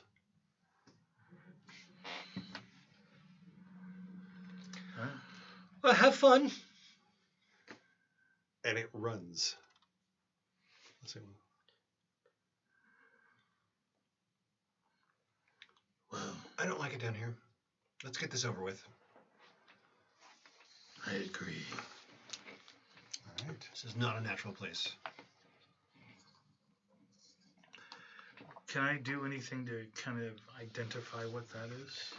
That's more your thing anyway. Pick it up and look at it. Pick it up. It's cool to the touch, and there's voices that you can hear in there, old voices that sort of murmur and whisper. In fact, as soon as you do touch it, all of you can hear sort of whispers, and there's sort of a smoke that swirls beneath it. Whatever this was, this is incredibly old and is a part of something else. Can you hear that? Yes, and I don't like it. No. It's as if there's basically 5 or 6 people just whispering in soft murmurs by the corner of your ear. Put it in a pouch. I will put it in a pouch. Can I still hear it? Mm-hmm. As you do hold it in your hand, the runes on your hand and arm do glow slightly with that, and you do feel sort of not an unpleasant sensation, but it does activate the runes, which does means there is something spirit related with that. All right. Would it be a cantrip, or would it be something of the first magnitude to try to identify what this is exactly? I would call that a cantrip. Okay. I will spend another spirit point. All right. Or another Going to provoke it? arcane point just to identify it. Of course. No. I am going to figure out what it is. I intentionally step away and into the hallway. Mm-hmm. I'm going to conveniently find myself interested in the lichen here. Just. I spent the point, but that's 6, and you said mind as well. Yes. So Mind 7 is- total. 7. You wonder if you're able to reach out, and you can feel something there, and you try to touch it to at least figure out what it is. And for a while, there's silence. And then a moment later, a voice booms through the hallway that all of you can hear. You especially, as it actually echoes in your head. Who calls? And we'll take a break right there. All right. All right. We'll take a break for about 10 minutes, and then we'll come back and see what happens with the rest of this fun. Great. All right.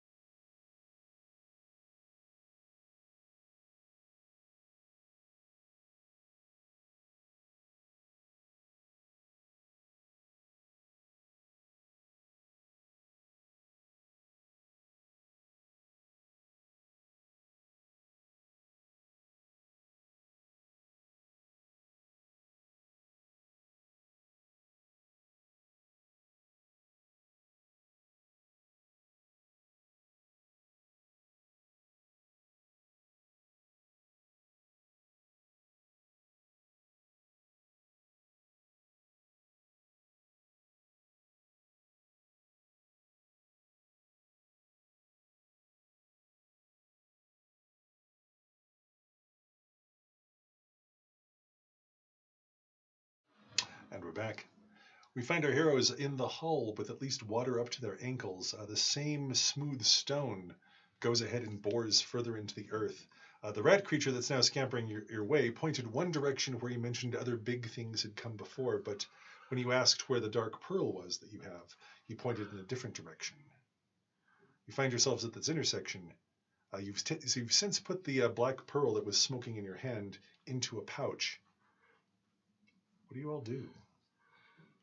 I'm hoping that it quiets the voices that we were hearing. Shall we go the direction that the creature told us to go after I held out the pearl?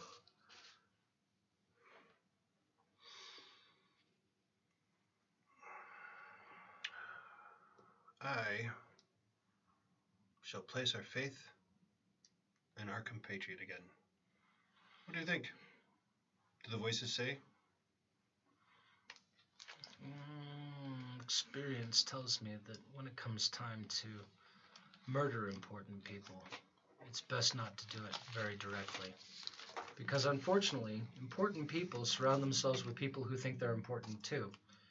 And they usually don't like you murdering their important people. The indirect approach is best. He speaks wisely. Yeah, my thoughts exactly. Well, Oh, different I'm sorry words, for you. same intention. Your thoughts should never be exactly here. Mine aren't even exactly here. Ah. Well, now they are. I'll be addressing my wounds, just making sure they're... In fact, actually, after combat, you will recover half your lifeblood that you've lost. Right. Basically, as the adrenaline and everything else subsides, you realize that you're not that severely wounded, or you can do field dressing and take care of that. Okay. So, recover half, round up. Done. I'll tighten the bandage on my arm. All right, let's go. All right. You head your way down the hallway. Which way again? The way that the rat creature, the way of the pearl, we'll just call it the way of the pearl. As you head down there, you can feel the pearl that you've put in a pouch, which did silence those voices immediately once it stopped being in your hand, start to at least twitch in that pouch. The hallways this way, there's no blood marks on the wall, and they're not softly glowing. It's if basically, you become aware that in the previous passageways there was a soft hum that was at the very corner of your ears. Here, there's just silence. There's no light emanating from the walls. I will grab a torch from the sconce. You can indeed. And continue. All right. It doesn't take long for you to go ahead and wind through this before you come to a large, again, bowled out area.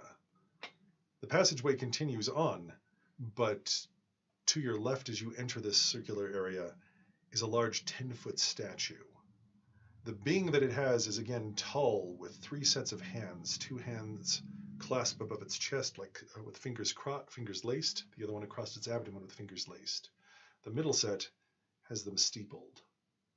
The head itself almost looks insectine-like with a large jaw jutting forward and down.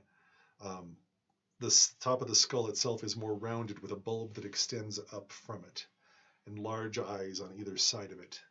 Look more like compound eyes that you would find on some sort of insect than on a human.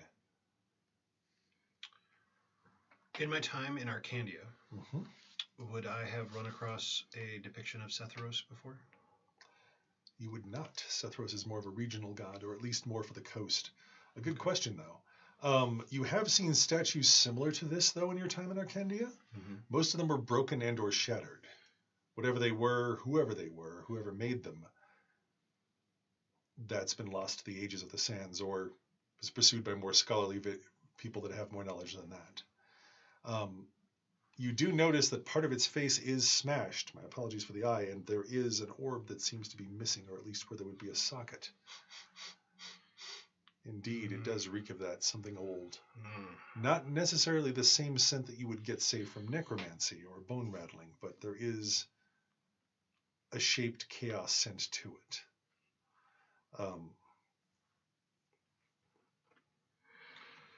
I will prepare myself for my companion's inevitable dabbling in some darts and brace myself with my axe opposed from the statue.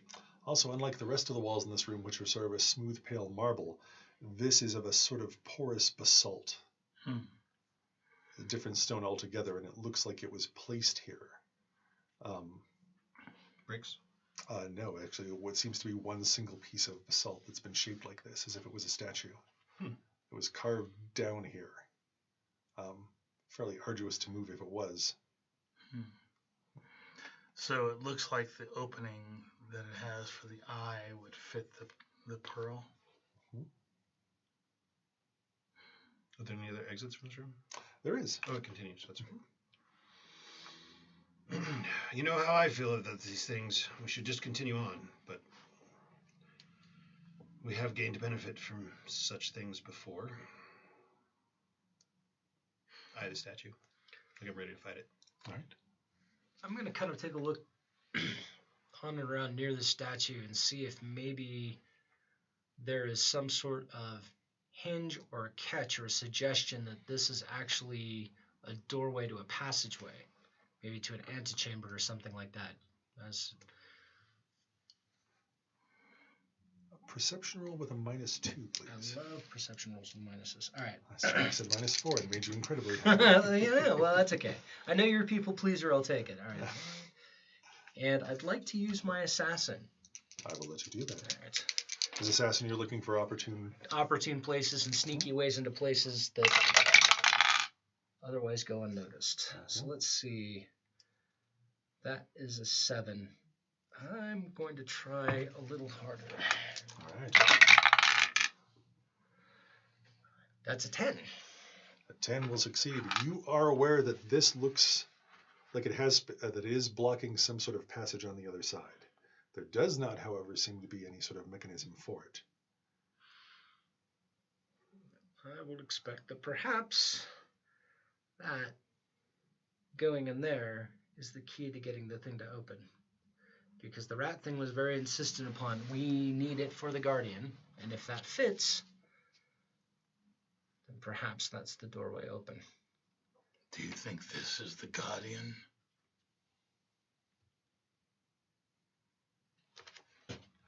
You're asking me, first of all, if I think, which is very adorable of you. Well, we are friends. Well, that's true. That's why I like you guys. And I'll likely have you kill me last. But, yes, but we can at least try it. And it does look like it fits. It does. If it is within my power, you indeed shall die last. Oh, no, you killed me my last time. I think that's what I meant. But we're friends. We'll figure it out. All right, I'll slowly and carefully remove it from the pouch into my hand. It starts to whisper again, and it starts to swirl, as if almost like metal filings to a lodestone. It sucks itself into the socket. All right. And you hear, all of you, little thing, I heard you call. You have made me whole. What is it you wish? For your kind does not tread down in these forgotten hallways without reason. There is a chamber that we must reach. We must slay cultists. Especially the one that's got the head on his shoulders, which must be removed. A noble task, an arduous one as well, for they are many. And they are learned. We wish a way to get to them where they do not see us, where we may strike first. And I bar your way. I will open it for a boon. What? You have your eye back. Is not boon enough? No.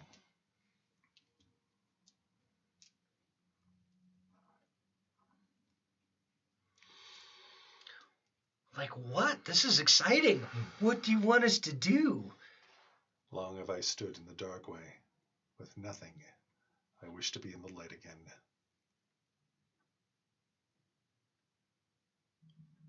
Well, I could carry you, but It would take all night, and we don't have that kind of time.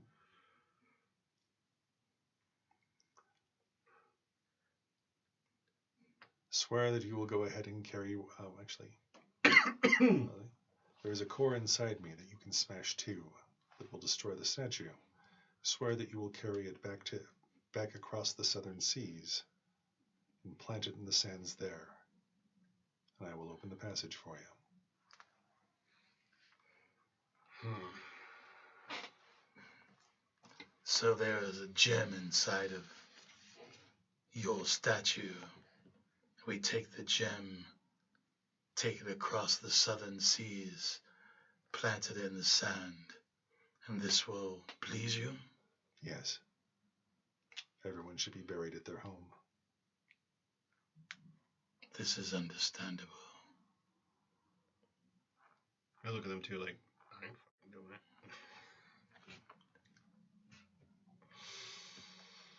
I will travel across the southern seas at least once more.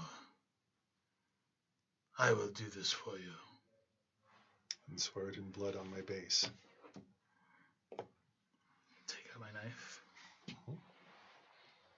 All right. As soon as basically your first drop hits it, it changes from basalt to sandstone.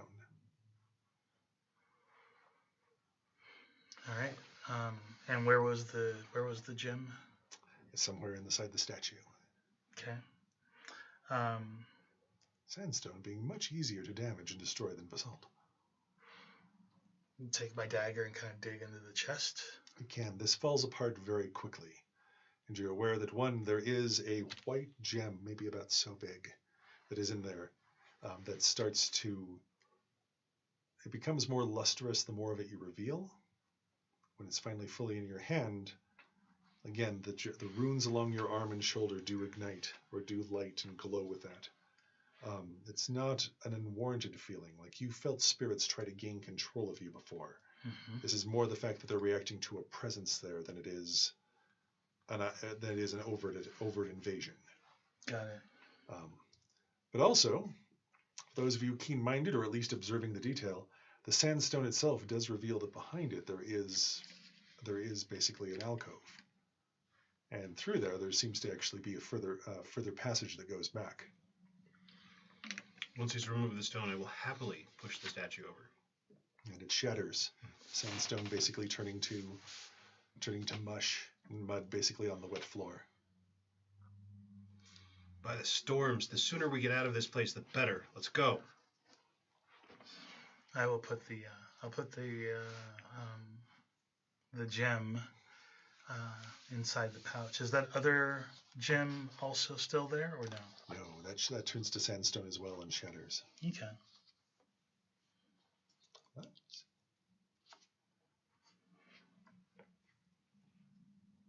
Admittedly, that was done with less argument than I thought.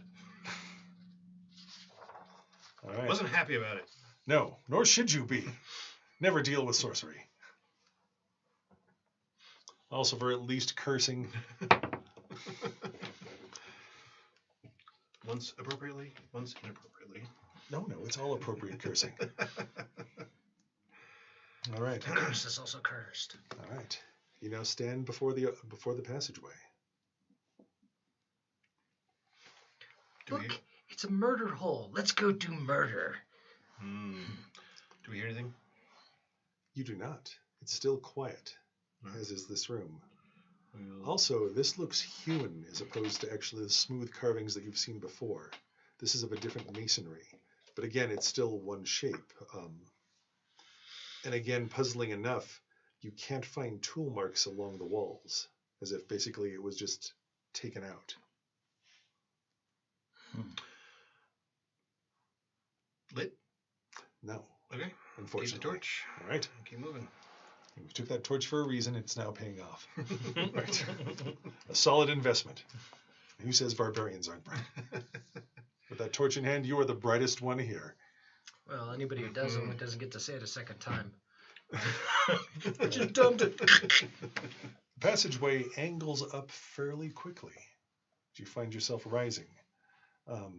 There is a humidity that goes ahead and comes up that does come with it the more you press there.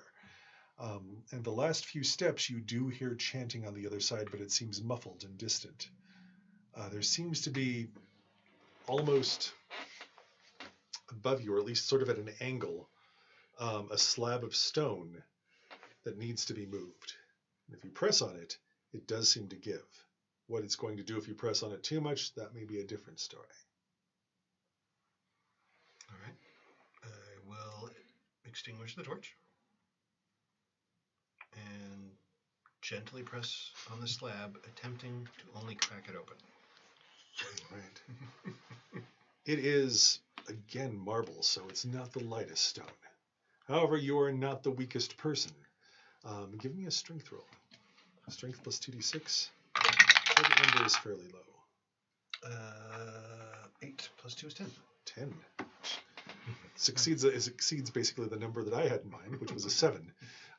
So cautiously, you edge it over to the side and see that there is light on the other side of the room. It seems to be, again, a mix of that pale green light that was there before, but also with torches. You do make out that there are braziers that have been lit that are actually glowing with sort of a dull blue flame that seems to flicker. You also hear chanting of several voices. Pushing it open further, you see that this area is large, almost Colosseum-sized is basically the scope of this field. Again, when the rat creature mentioned the great chamber, he was not exaggerating. This could easily have sat 500, maybe more people at one time, with stairs that arc down to a central field. In that central field is, again, standing water that you would guess, actually maybe waist deep, depending on the height of the man.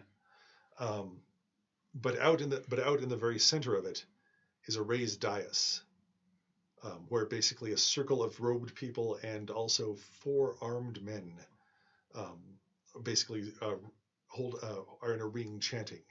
Within that ring is another pool, like a well itself, that does spew out thick water and smoke that seems to bubble and burst as they chant with the intonations. On the far side of you from that is a pillar, and you catch it just in time to see what you would probably guess is the daughter of the city, Melisandre. There are many stories that have reached you around campfires of heroic bandits or outlaws that get to save a princess or a queen, and they're always scantily dressed in muling things that have given into their fear and are paralyzed. While Melisandre is basically dressed in some sort of ritualistic garb that does leave her exposed and at the borderline of indecent, she is far from muling as you watch her lash out with her legs and catch one of her assailants in the stomach as they try to put her on the slab. She is screaming, she is writhing, she is trying to hit, although the gold chains that tie her hands, which you're sure you could easily break, are still enough to go ahead and hold her in place. One of the people in the robes that has at least a somewhat feminine shape, Balza calls out with a stern, sharp voice, "Bind her and gag her. She doesn't need to be able to talk for this." It's like, "I will see you in the 4 hells!" She said. Melisandre is able to go ahead and speak out before they put a cloth in her mouth as she still screams around it, eyes angry with rage. How many? There seems to be 20 men circling that dais. One of them seems to be their leader. They're adorned with basically charms around their wrists, runes upon their hands, possibly a high priest of some kind. The robes are more ornate. There are 4 men that seem to be well armed with great swords and at least with some sort of metal and leather armor. As you gaze about, you realize that around the Colosseum, watching the 4 entrances to this place, are at least 4 guards at each gate. That you have now. Gates? Pardon? How many gates? 4, so 16 guards. Okay. All of them seem to be well armed and at least look to be competent men at arms that you've all circumvented by taking this route. But still view the center. Yes. So they will be able to participate. Okay. If I were to use the analogy of a football field, you are at the 50-yard line. Oh, gotcha. Okay. You're at the base of the stands at the 50-yard line, and no one is aware that you are there yet. Okay. You have come over the chanting. They couldn't hear the stonework. Because you actually went ahead and actually approached cautiously, they're not looking for you. They're also not expecting trouble. In fact, as you scan about, you do realize that 2 of the people that are on the that are near the dais that have been dressed are dressed differently, but their eyes seem to be glazed over as if they're somehow mazed. You're guessing that may have been the first party that the cousins tried to send, or the remains of it. They have the stench. Something has ensorcelled them. You know to look for it. Okay. So what do you choose to do? You have a few moments to decide, as they're still chanting and enacting their ritual, but the hour is not right. Also, since I do have a named villain, I will have some of these for this scene. I say to you guys, I can shoot arrows at Melisandre. That will... Gotta use the knife. Ties the blood so that they can't use it later. The vessel is inconsequential. It's the goodies inside of it. Can I tell which person is the leader? Oh, yes. Okay. Change of plan, then. I will fire at the leader. You two get close to Melisandre from a different angle. And then when I fire on the leader, hopefully they will come for me. And then you can do what you do.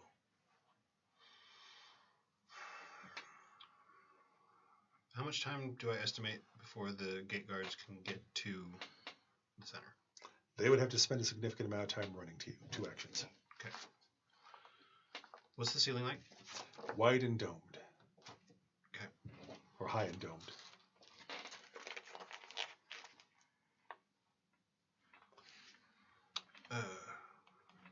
Can I have the dagger? Go ahead.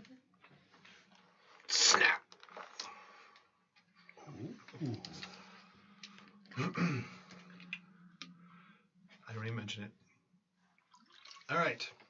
The leader dies, and we take the rest of them, and we get Melisandre out of this place.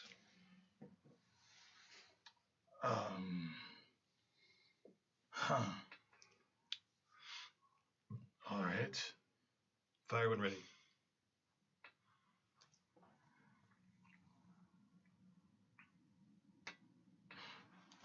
Okay.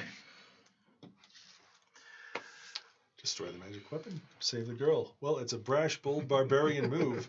I will at least give you that for having the cojones to try this. Let's see how this pays out for you. It's a bold move, Cotton. Let's see if it works out for them. All right. I will fire. I'll fire at the leader. All right. So it's just further proof that he's been spending more time with me than he used to. We had a perfectly good plan. And as the arrow is loosing, I am just, like quiet jogging, right? Like trying to get to combat range. The fast stalking of your prey. Oh, that's horrible. Here you go. Right.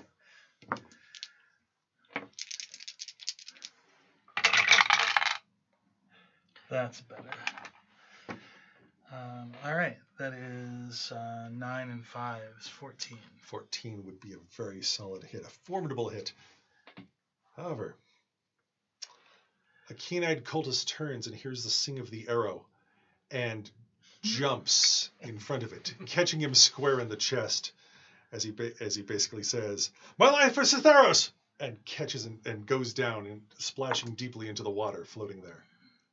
The leader then turns and looks. "We have interlopers!" And she gestures in your direction as the temple guards start to move that way. We are now in combat.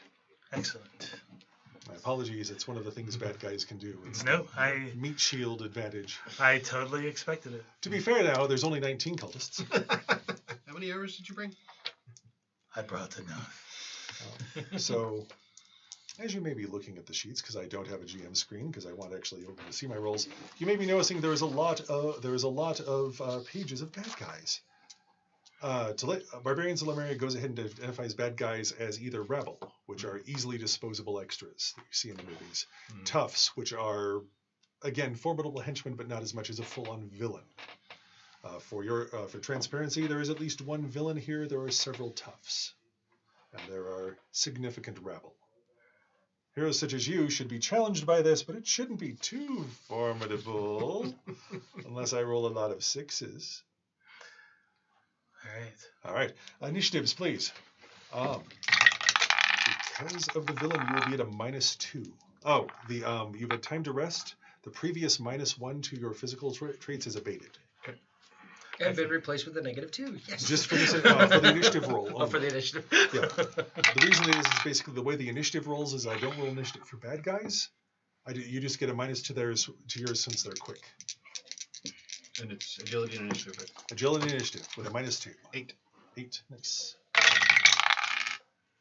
11. So 9 -2 would be 7. Oh, sorry, 6. Forgot the -2. 11, 6, and 7. Wait. 2 provisions.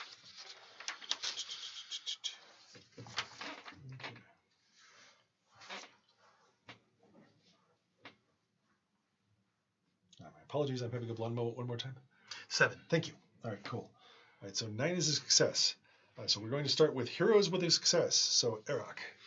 Alrighty, well then I'm going to make my way to the stage. And since the plan has changed dramatically and the crazy chaos doesn't seem to bother me in the slightest, I just get to waste people. I'm going to go ahead and square off against one of the tougher guards that's on the stage. Kind of clearing the way for the barbarian to take the head off of the cult leader, because that sort of thing really makes him happy. And I'm going to go ahead and go into 2-weapon defense. All right. Well, he rises to meet you as he's looking forward to the challenge. For a 9. A 9 will just barely miss. Alrighty. Unless you wish to spend your fate points now. No. All right. Okay. Okay, then we will go to villains. The priestess then basically turns to her and says, hurry it up. Hurry it up. The hour is right. Oh, no. And she gestures and basically, the hour is right. The time is nigh. And she basically looks to the pool, putting some distance between the approach, putting the rest of her coven between you and them, and basically gestures toward the pool, which undulates and begins to bubble faster. Okay. In fact, there are slight screams that seem to be coming out of that. Whether those are eel sounds or anything else, that you can debate that later. We'll worry about that later. For right now, and I need to make her a sorcery roll. The part of your brain that likes sanity is not going to bother to try and figure out what that is. Right. And she is successful with that. All right. So yes. So it does look like beneath the waters something may be emerging or rising. Okay.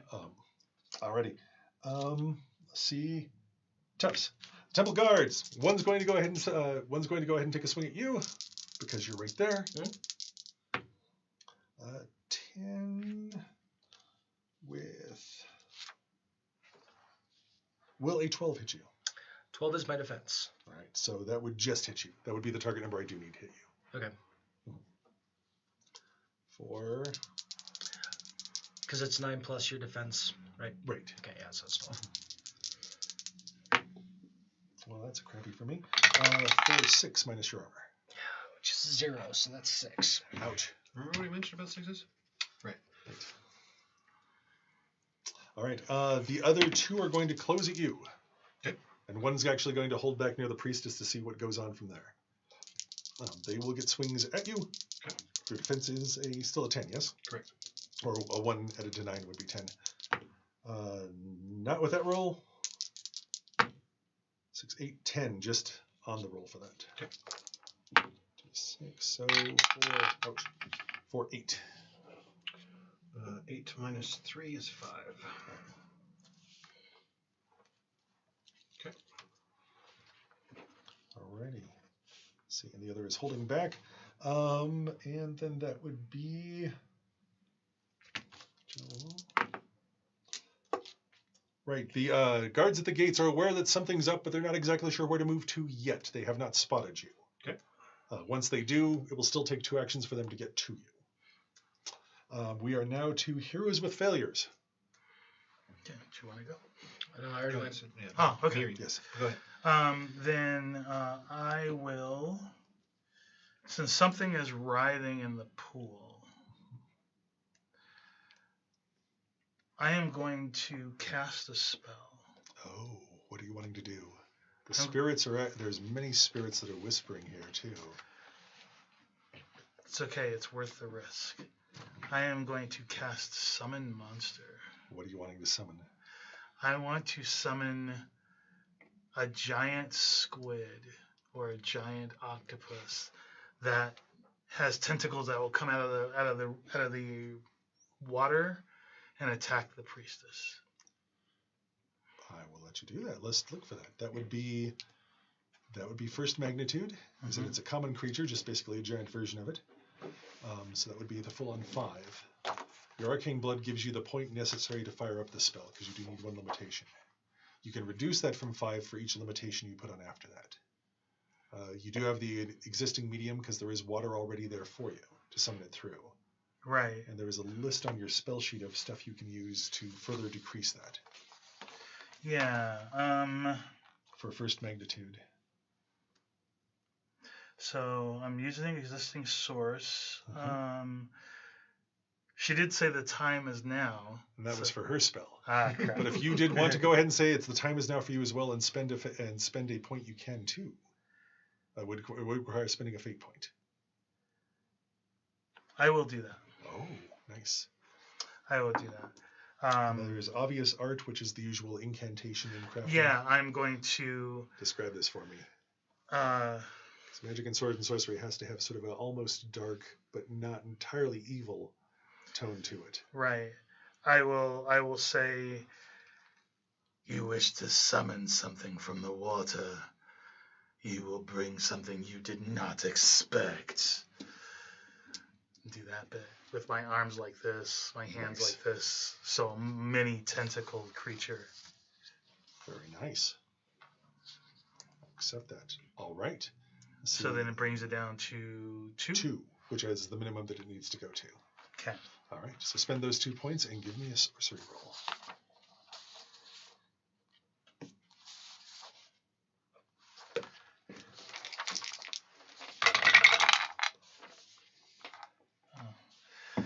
So that is a 6. It's a 7. Would that be enough to do it? You would need a 9. Okay, I will spend. All right. Oh, That'll there it is. do it. What did you get? 11. Oh, nice. I roll an 11. I have sorcerer of 1, so That would be 12. 12. Yeah, no, that would be fine. I was just making sure it wasn't a mighty success. It's one close. Really close. It's an almost critical. So from one side of the pool, large tentacles emerge from the water and start lashing out.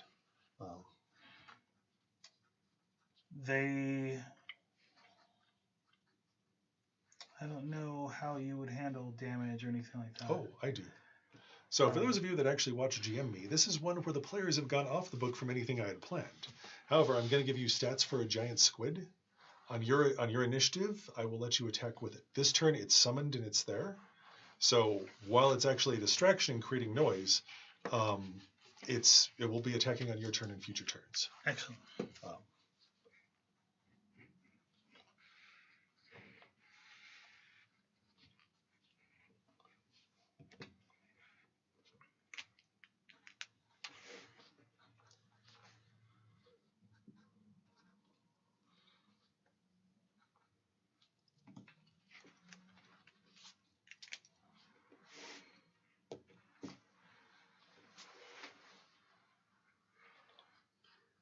The get 'em plan. I like it. It's my favorite. Oh, it works 6 out of 10 times. That's right. 80% of the time, it works every time. That's right. And it didn't involve rope. Well, it did involve tentacles, though. Yeah, right. So it's a sort of rope. It's so. rope of the sea. It's nature's rope. It's nature's rope. Giant octopus. Ooh. The attack is the bonus that you will add to its attack rolls. Even though it does have many tentacles, you can make 2 attacks each turn with it. Ooh. And the damage is 1d6 heavy plus its strength of 7. Nice.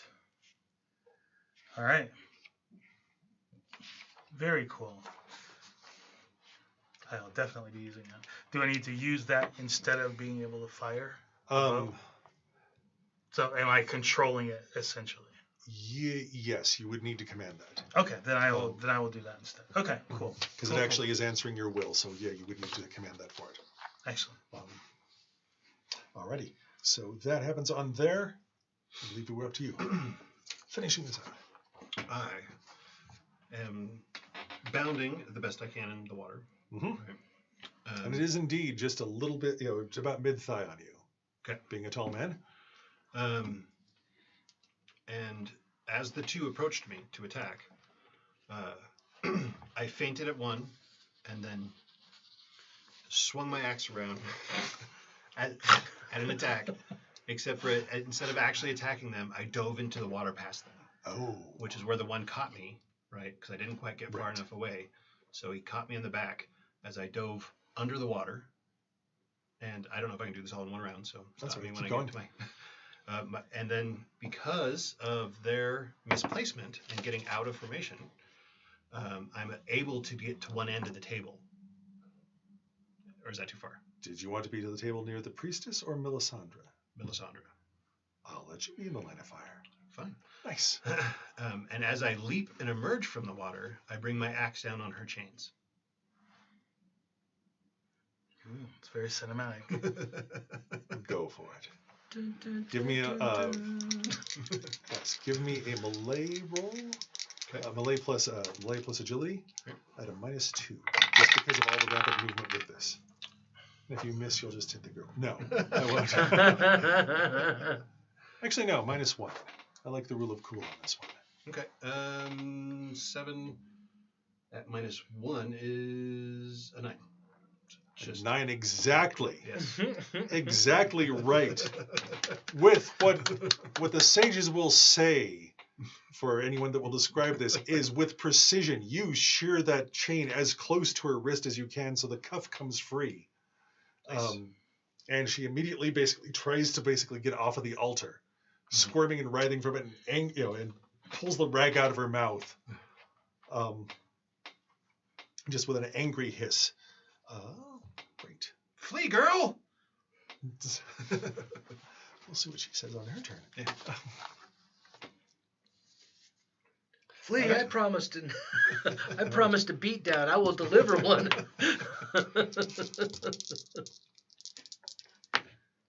Okay. The cultists are more than a little distracted by all of this.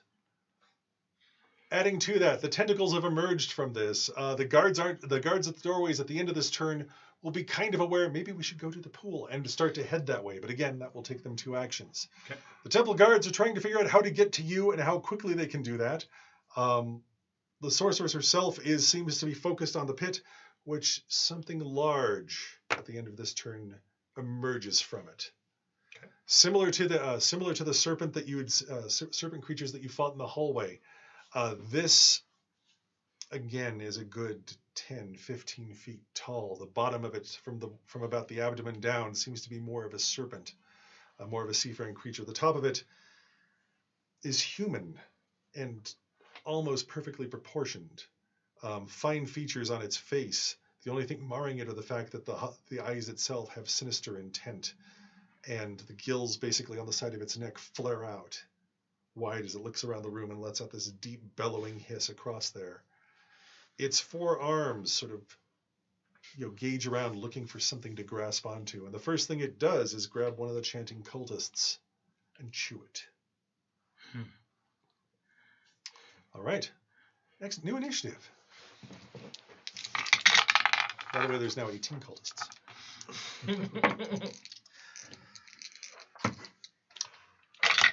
That is a critical success. That is a mighty success. If you want to spend a fate point, you can make it a legendary success. No, I will spend a fate point. Legendary initiatives. Gorgeous. What does that do? A legendary success. Well, maybe I should ask first. Yes, please. Yeah.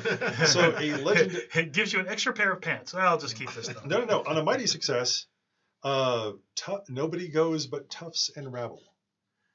On a legendary success, actually, I'm sorry. On my success, rabble lose their turn. On a legendary, let me get this right. I got tongue-tied there. Mighty success, rabble doesn't go. Legendary success, toughs and rabble don't go.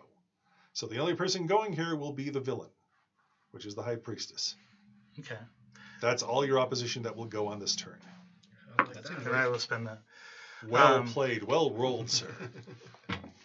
All right. And you will also go first. What did you two get for initiatives? I got a 6. Are we still at a -2?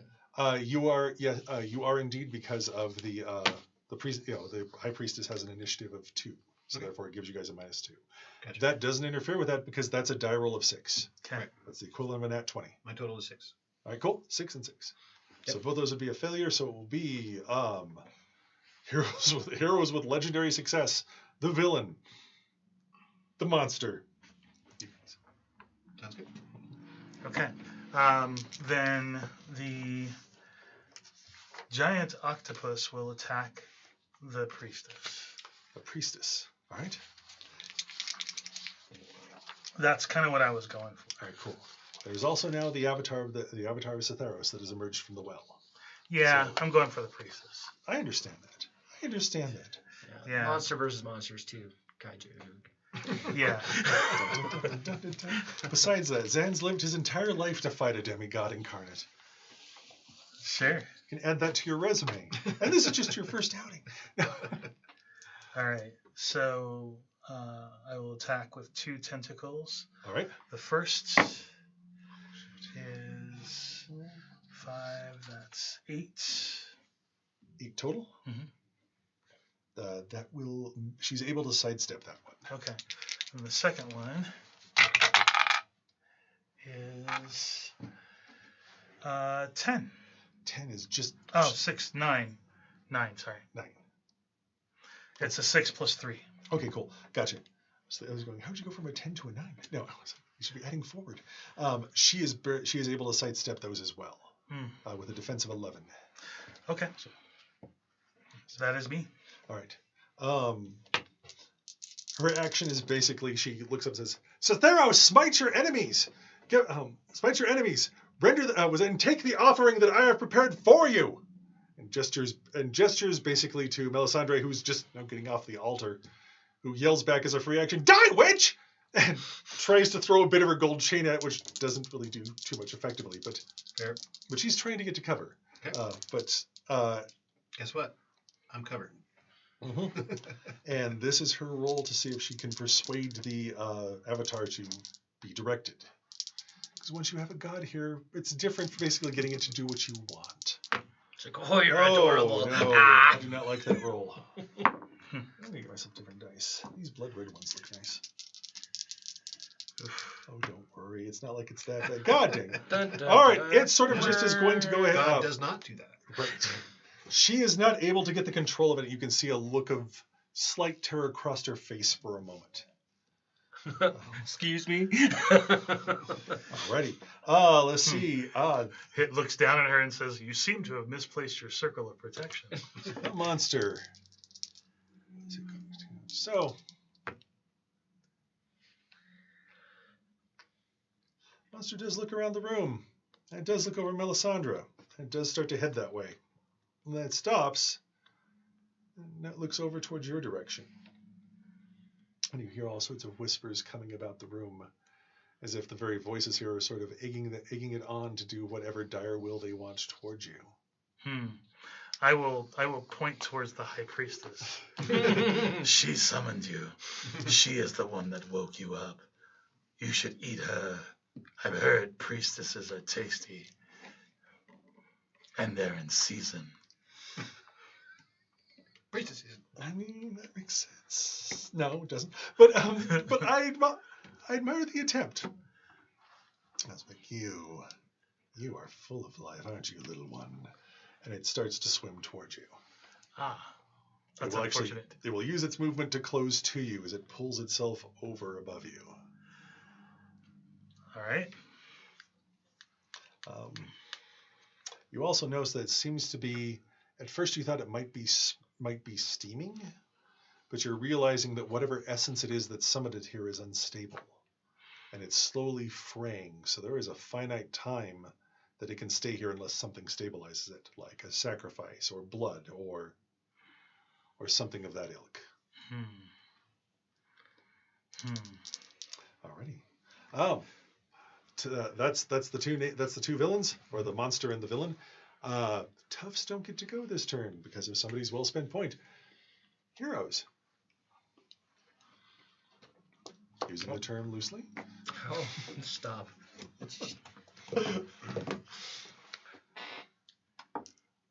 Alrighty, I think I'm going to start by shaking off wounds because one more hit like that and I drop. Alright, you recover 5 lifeblood. Oh, it's a die roll? Oh, it is? Yeah, Alright, 1 cool. to 6. To go with what's on the sheet then. And I rolled a 6. So Nice. we'll take it. Which is exactly what I took. Right. Alright. And I'm going to go ahead and close on the priestess. Everyone's popular choice. Absolutely.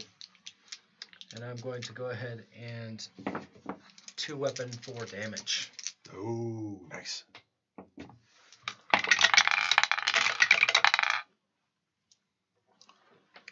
Seven, 8, 9, 10. 10 is 1 shy. Okay. Right. How far away has the monster moved from the dais? It is moved about 20 feet. If you wanted to go ahead and run and charge attack it, you could.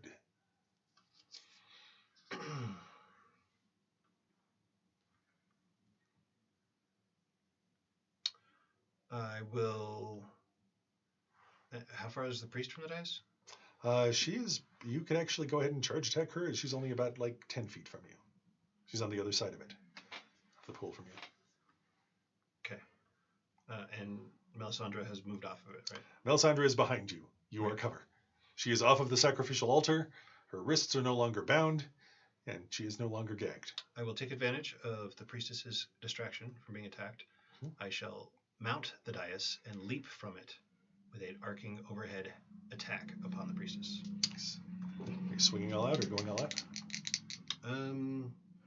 How long does that change my? For this action, until you roll initiative again. Oh yes, then I absolutely will go all out. Because nothing else can attack you. This is the turn to do it, unless you think that you're going to go ahead and roll badly next turn too.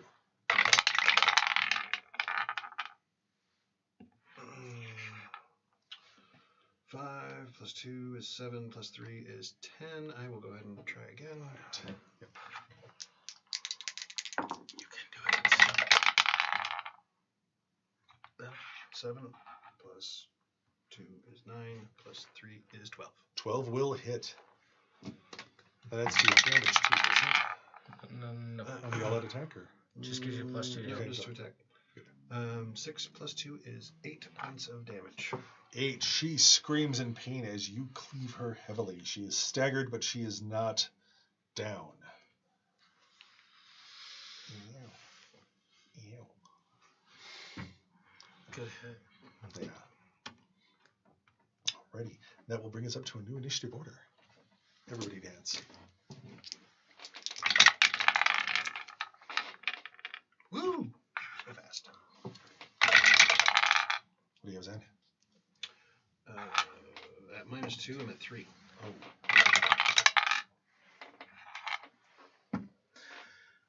So that is 9 plus 4 is 13 plus, or minus 2 is 11. Did you roll double sixes again? No, I rolled a 9. Okay. But no, it's minus 2 for the Right. But still. yeah, and I have then your my agility and initiative is as a 4. Right. So, yeah, no, you're fine. And 11. nice. So All I right. rolled a 10. So good guys. Kashiva and Eric, what are you going to do? So I am going to fire. I have to lose control of the octopus, unfortunately. But I am going to fire an arrow at the big monster that's coming towards me. It seems appropriate that I would do that. Certainly. It's blocking my view of the octopus anyway. So, yep.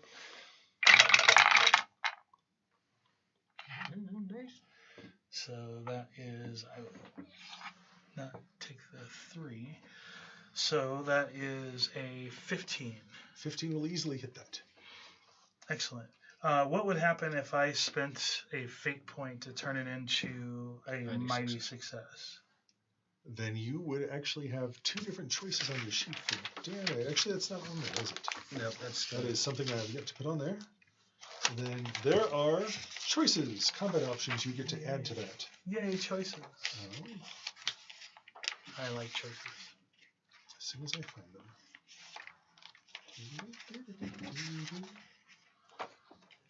Those. There we are. All right, so with a mighty success, you get 1 of these. With a legendary, you get 2, and you have a mighty. Actually, you're going to turn to a mighty success, right? Mm-hmm. Yeah, I rolled a 15. So okay, so so mighty success, you get to add 1 of the following to your damage: bloody slash or crushing blow. You add +6 to the damage. Carnage, you may take another attack immediately following this one. Disarm, if it's they're wielding a weapon, then they basically drop whatever they're holding. Knockdown, they are knocked back or lose their footing. It would have a resistance roll based on its strength to that. Precision strike, you can hit the enemy in a specific location, eye, organ, ear, whatnot.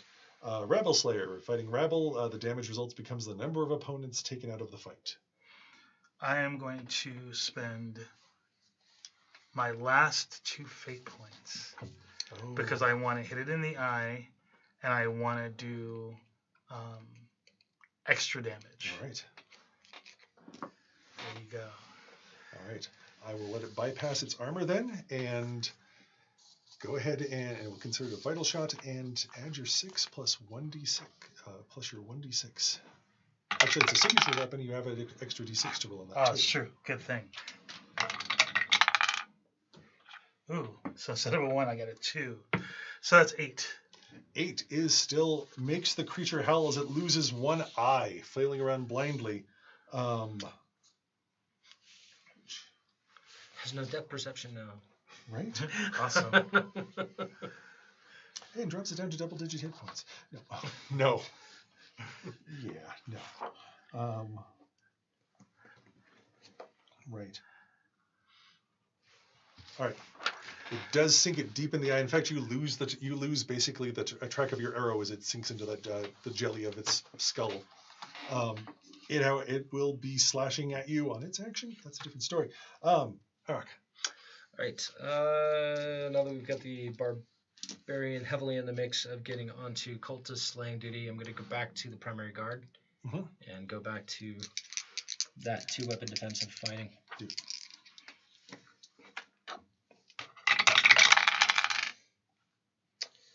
Right. Okay, so that's a 6. So we're looking at 11. 11 will hit. 12 actually. So 12 even hits better. even better. I like it. More Even more better. Even more gooder. And I'll take that 6 instead of the 5, so that's 7 points of damage. How do you want to end him? So I think he probably thought he had me pretty well dead to rights, and so when I go to move in, he moves that block up to where he had it before. And I just bring both commas below and just take him right across the stomach. All right. And then step back in that nice defensive stance. Yay! All right, he spills out. All right. The High Priestess is going to recoil and move away from you. People tend to do that. Yes. Have that effect on people too. It's a natural reaction. She pulls out this thin dagger without a hilt on it, or actually without a guard on it. And she looks over at Melisandre and just gestures with her hand as the blade flies out towards her. We'll attempt to swat the dagger out of the air. Okay. It will be a contested roll. Okay, sorcery roll, and you will be able to make a melee plus what's Agility? Agility. Thank you. Ooh. Oh, that's cocked. Huh. I get a 11. 11. That will beat me. So if you want to abort your action and do this first, it's kind of a reaction. Because you haven't taken your action yet. Right. But I will let you use your action in advance for it because Save the girl. Yeah. And I will. Is she close enough that I can do this in a swing, or do I have to throw something?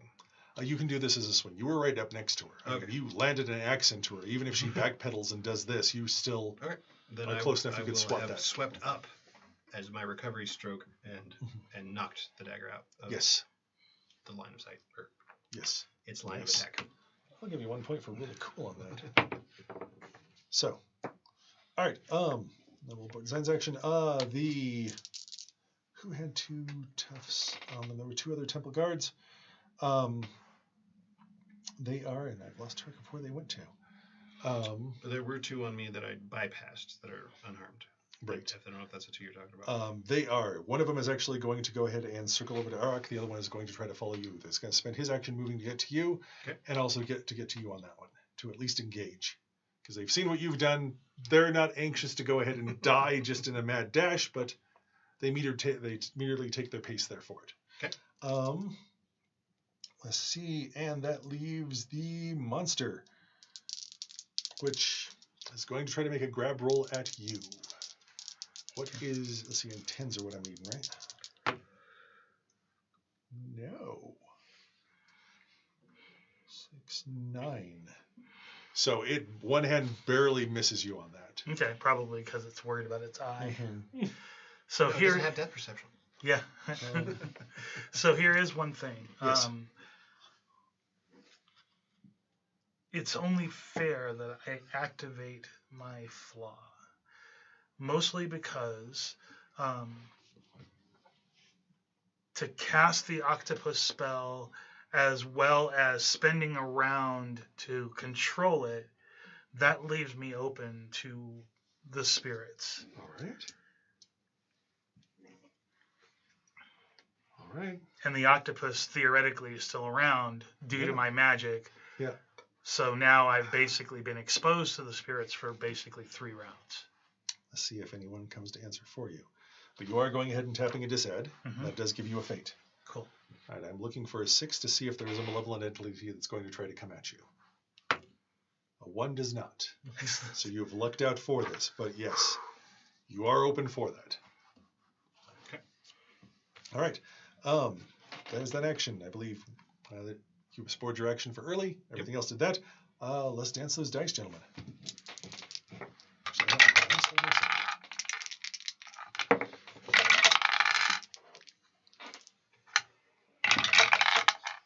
Zan, what'd you have? 5. Nice. 8 plus 4 is 12. That's with the -2. Nice. 7. Nice. Which, for people keeping score, our initiatives added together equals yours. I rolled the 10. For those of you playing along with the home game. All right. So cool. Let's start out with Kashira. All right. I'm going to fire another arrow. You do have your octopus too. That's true. Yeah, I'm going to go for the octopus because if I can get rid of the high priestess, then it hopefully means that my compatriots can help me fight this giant monster, this kaiju, or other things could theoretically happen. So I get 2 attacks on her. It's going to be +3. Oops. Feel free to re-roll that one. It didn't go down the chute. Okay. It's an 8. So now that misses. Yes. You're looking for 11. Nope. All right. That's my Only action. it can connect. It's impressive for sure, but I still got to hit with it. Right. All right. Cool. My priestess herself is going. She's looking at she's looking at basically everything wounded. She's looking at like tentacles coming at her. She is bleeding out. She is looking at her guards in disarray and everything else, and not sure how she can take control of the situation. And she flings herself into the pool.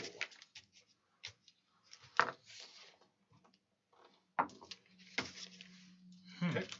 Just basically with sort of like this determined look on her face, jumps into the pool. Okay. Actually, I no longer have any of those.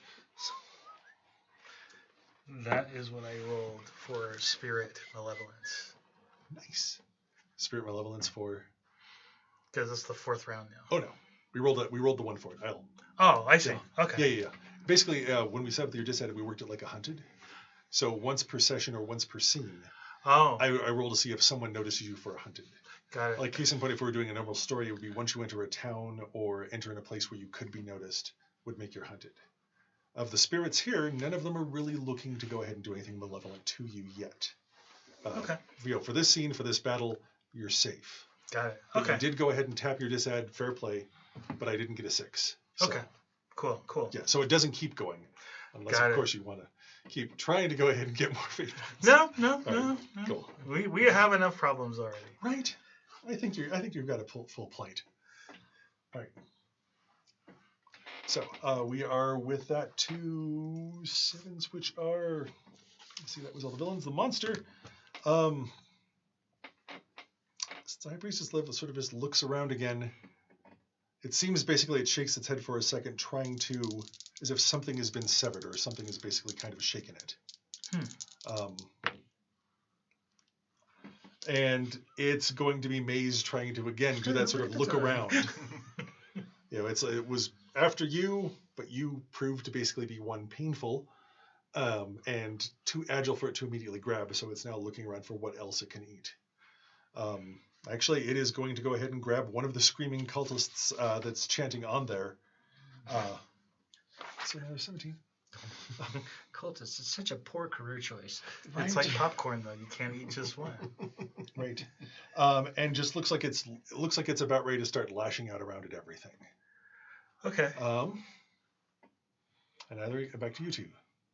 Do Tuska before we... Oh, yeah, that's right. Then it's Tusk, then them. Yes. Yep. All right, well, then I'm going to go ahead and do the same sort of 2-weapon defensive fighting on the tough that decided he was going to come up and get a piece. Right. And it will be largely uninterested or impressed by anything that I did. Oh, what did you roll? 6, 7, Yes. 8, 9. He's able to go ahead and stave off your attacks. Dex. Okay. Or Zan. Zan will use his nose Right. to figure out which direction the priestess dove, and I will leap away from the guard coming at me, well, depending on what direction I need to go, and I will bring my axe down into the water, attempting to attack her. So give me a perception roll before you do that. So I want to make this fair game here. That would be a 12. Mighty success. Mighty success. Natural. You are aware that she has went through wherever this avatar came from. So I sense that she has left. Okay. Yes, this is an open portal to somewhere else, beyond the gulfs of space and time. So she has subjected herself to whatever is there rather than die at your hands. If you wish to chase her, you can. That would be a heroic, epic battle to go to a plane where these fiends are spawned from and fight them all until they would ultimately overpower you. Or would they? By the storms, that wench! And I spin and attack the guard that came towards me. Go ahead and take that roll as the 12. Oh, okay. I will let you have that. So I will take the extra damage. Okay. But I'll go ahead and re-roll. Oh no, sorry. It's an axe, so I'll get another dice. Let's see what that one is. That's worse. That's awesome. Thanks. And I shouldn't be able to roll that, right? Because it's kind of like or can I re-roll that? No, you could, but tell me what the damage is first, because you're what's the plus? 6 6 plus your strength plus whatever you rolled on the die. 2, 4, 10 total. How do you want to do this? Okay.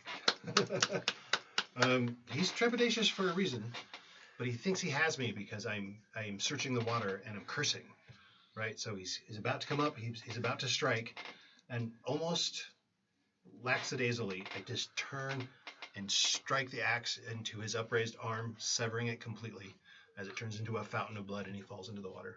Nice. Still cursing, I'm sure. Where'd she go? Ah! You get that because you showed up with her. Not being idle herself, Melisandre pushes a cultist into the pool, and they go in there screaming. Okay.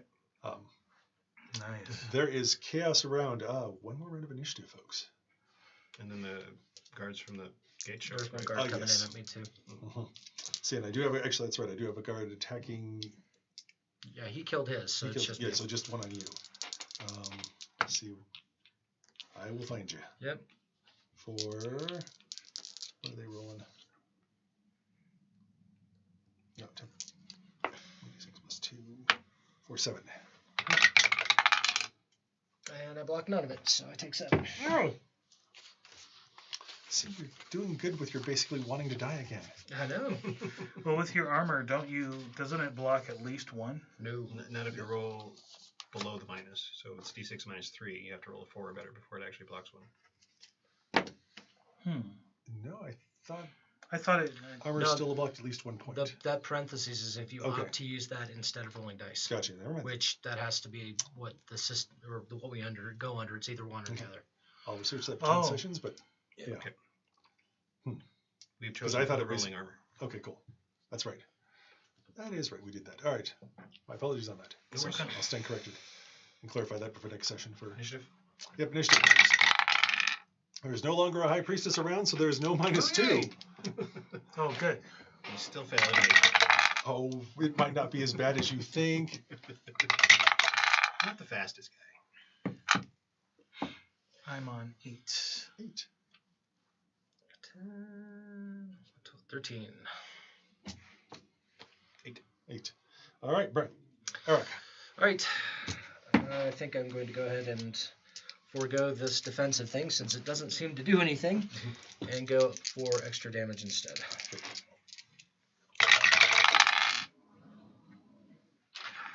So that is 12.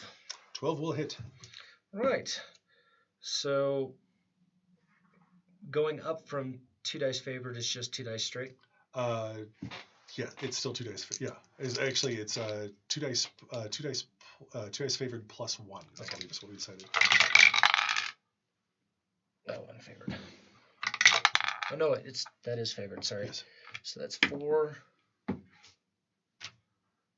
5, 6 plus 1 is 7. 7. Puts him almost to the dirt, Okay, but he's still clinging feebly to life. But the fight's looking out of him. good. Um. That's about how it looks for me too. Right. Let's see. The monster decides to basically just lash out at whatever is nearby, which the easiest prey is it grabs basically a couple of cultists and starts to chew on them. Do have numbers. At this point, the remaining cultists are fleeing off the dais. The temple guards are the ones that were coming towards you are now deciding this is not what they want to mess with. There are tentacles in the water. There is a large monster that seems to be smoking while still devouring their kin. This is not what they signed up for. Without their leader nearby, they are going to slight disarray. Okay. What do you wish to do? I'm going to shoot another arrow at the. I'm going to shoot at the monster. Yeah, I'm going to shoot at the monster.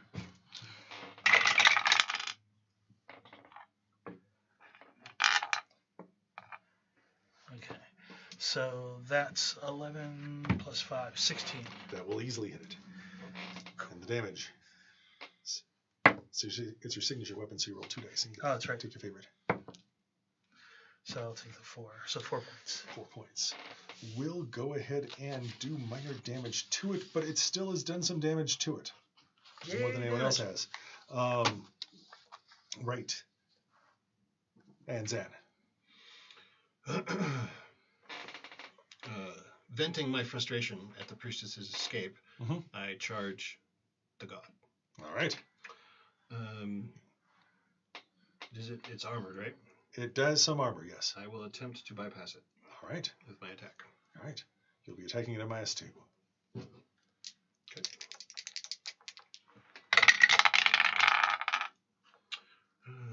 Nice roll. 9, 10 total. 10 will hit. Okay. Woohoo. I will also do extra damage. All right. As I thrust into it mightily. Cool. Going to go ahead and change that success to a mighty success. Correct. All right. So add 6 plus strength plus whatever you roll on the die. A total of 12 points of damage. 12 points of Bypassing armor. damage. Wow. To say that you've made a friend would be an understatement. But this thing is also looking more thin as it goes on. Because, again, it could only stay in this realm for so long. All right. Initiative, please. I think everyone is gone, yes? The guard hasn't attacked me yet. Yeah, that's true. Brian wants punishment. We'll give Brian punishment. 6, 8 will not hit you. Correct. All right. Which is good. But,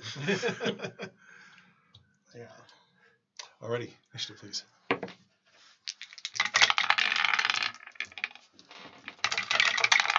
Seven. There it is again. 12. 13. All right. 13. Wow. Eric. All right, so I'm going to go ahead and attack the guard again. All right.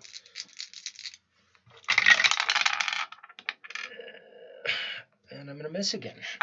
All right. 12. I've warned you that when you bleed a lot, you tend to miss more. That's true. That's exactly how it goes. It's the slippery slope.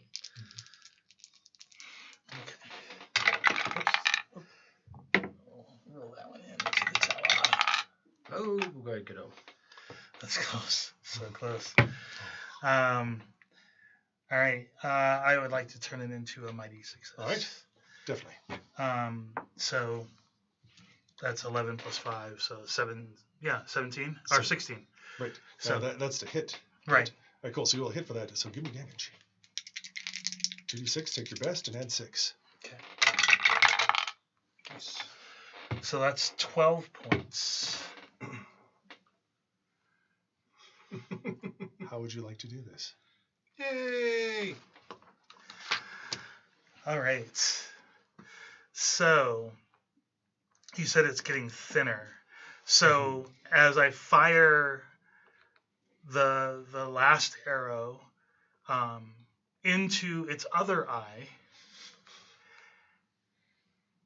he undulates, he shrinks to be very thin, and then explodes out. And the shards hit his worshippers. I'll allow it. Nice. Because they were trying to summon it, they were praying, they were chanting, They were connected to it. they were connected to it. Right. There is a huge maelstrom in the boom of that. And yes, you find it silent for just a moment. And then you're aware of basically a not unpleasant feminine voice saying, well, we should run. Who put her in charge?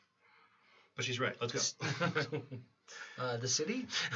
I believe you did. Oh, right. I will give you my thanks later, and I'll find it, and whoever sent you. I think you'll probably want to belay that thanks once you find out they wanted us to kill you instead. I'm sorry, what? We're running. We're running. And so the question I will ask before we wrap up here is, do you tell her about the cousin's plot against her? Yes. I pull her aside once we're to a safe spot. Shush. What? Shush. Okay, I'm sorry. I shushed you. All right. Please, quiet. She narrows her eyes at you, but says nothing. we will stop before we get to the main gate with Gnarl. Yes, So, absolutely. It is your uncles that wanted you Cousins. saved. Cousins? Cousins. So confusing. Your cousins Civilized people. asked you to be saved from your life as well. So you might not want to head back up right away. And so why am I still alive if they sent you with that if they sent you with that order? I'm just not fond of family killing family. It is against the natural order, and Do we look like we actually follow instructions? You have my goal is gratitude, and you have my thanks. Well then, Come, if you would escort me out of here, I think I may have further need of you to deal with with my family. Oh, don't worry. I just want you there when I get a word in edgewise with them. Any red work or that I can take care of myself. But you have my thanks. I'm sure they promised things to you as well. I would hear those as well. But let's get out of here first. And also, does anyone have anything else I could cover up with? This is incredibly drafty, he says to basically the very silly. I don't like really nasty clothes. I mean, we're in a pool. They got kind of cleaned. No, baths are unlucky. She would probably more fit my size, so I'll take off my shirt and give it to her. I haven't actually been injured, Right. so there's no blood stains or anything like that. Right. And your shirt's probably cleaner than his. Yeah. Oh, Right. well, undoubtedly. Undoubtedly. It's your first guess. Well, you're able to make your way out and disappoint two cousins that are going to be surprised to find their relative still breathing and alive. Without the head even, too. Mm-hmm. They'll be disappointed, to say the least. But again, that's a matter for another day. The only thing is what you're going to do with basically the wealth that will be bestowed upon you and what you're going to ask for your boons. But we'll get to that in the next story. What favors you have. The only other thing to worry about is that... Dex, roll a d6 for me, please. 5. The other thing that will actually get you... only thing that will pique your curiosity in a few days is you'll find that you've got sort of a black stain that comes up your arms. Almost as if something from that whole experience of being around this has corrupted you a bit. But again, we'll deal with that in another story. We'll end there. Thank you all for coming. We went a little bit late. Thank you guys for playing at the table. Hope you had a fun time. Thank you for GMing. That was awesome. It was a pleasure. Join us again for our next installment of this. Absolutely. Great. Take care, Crave Crits. Have a good night.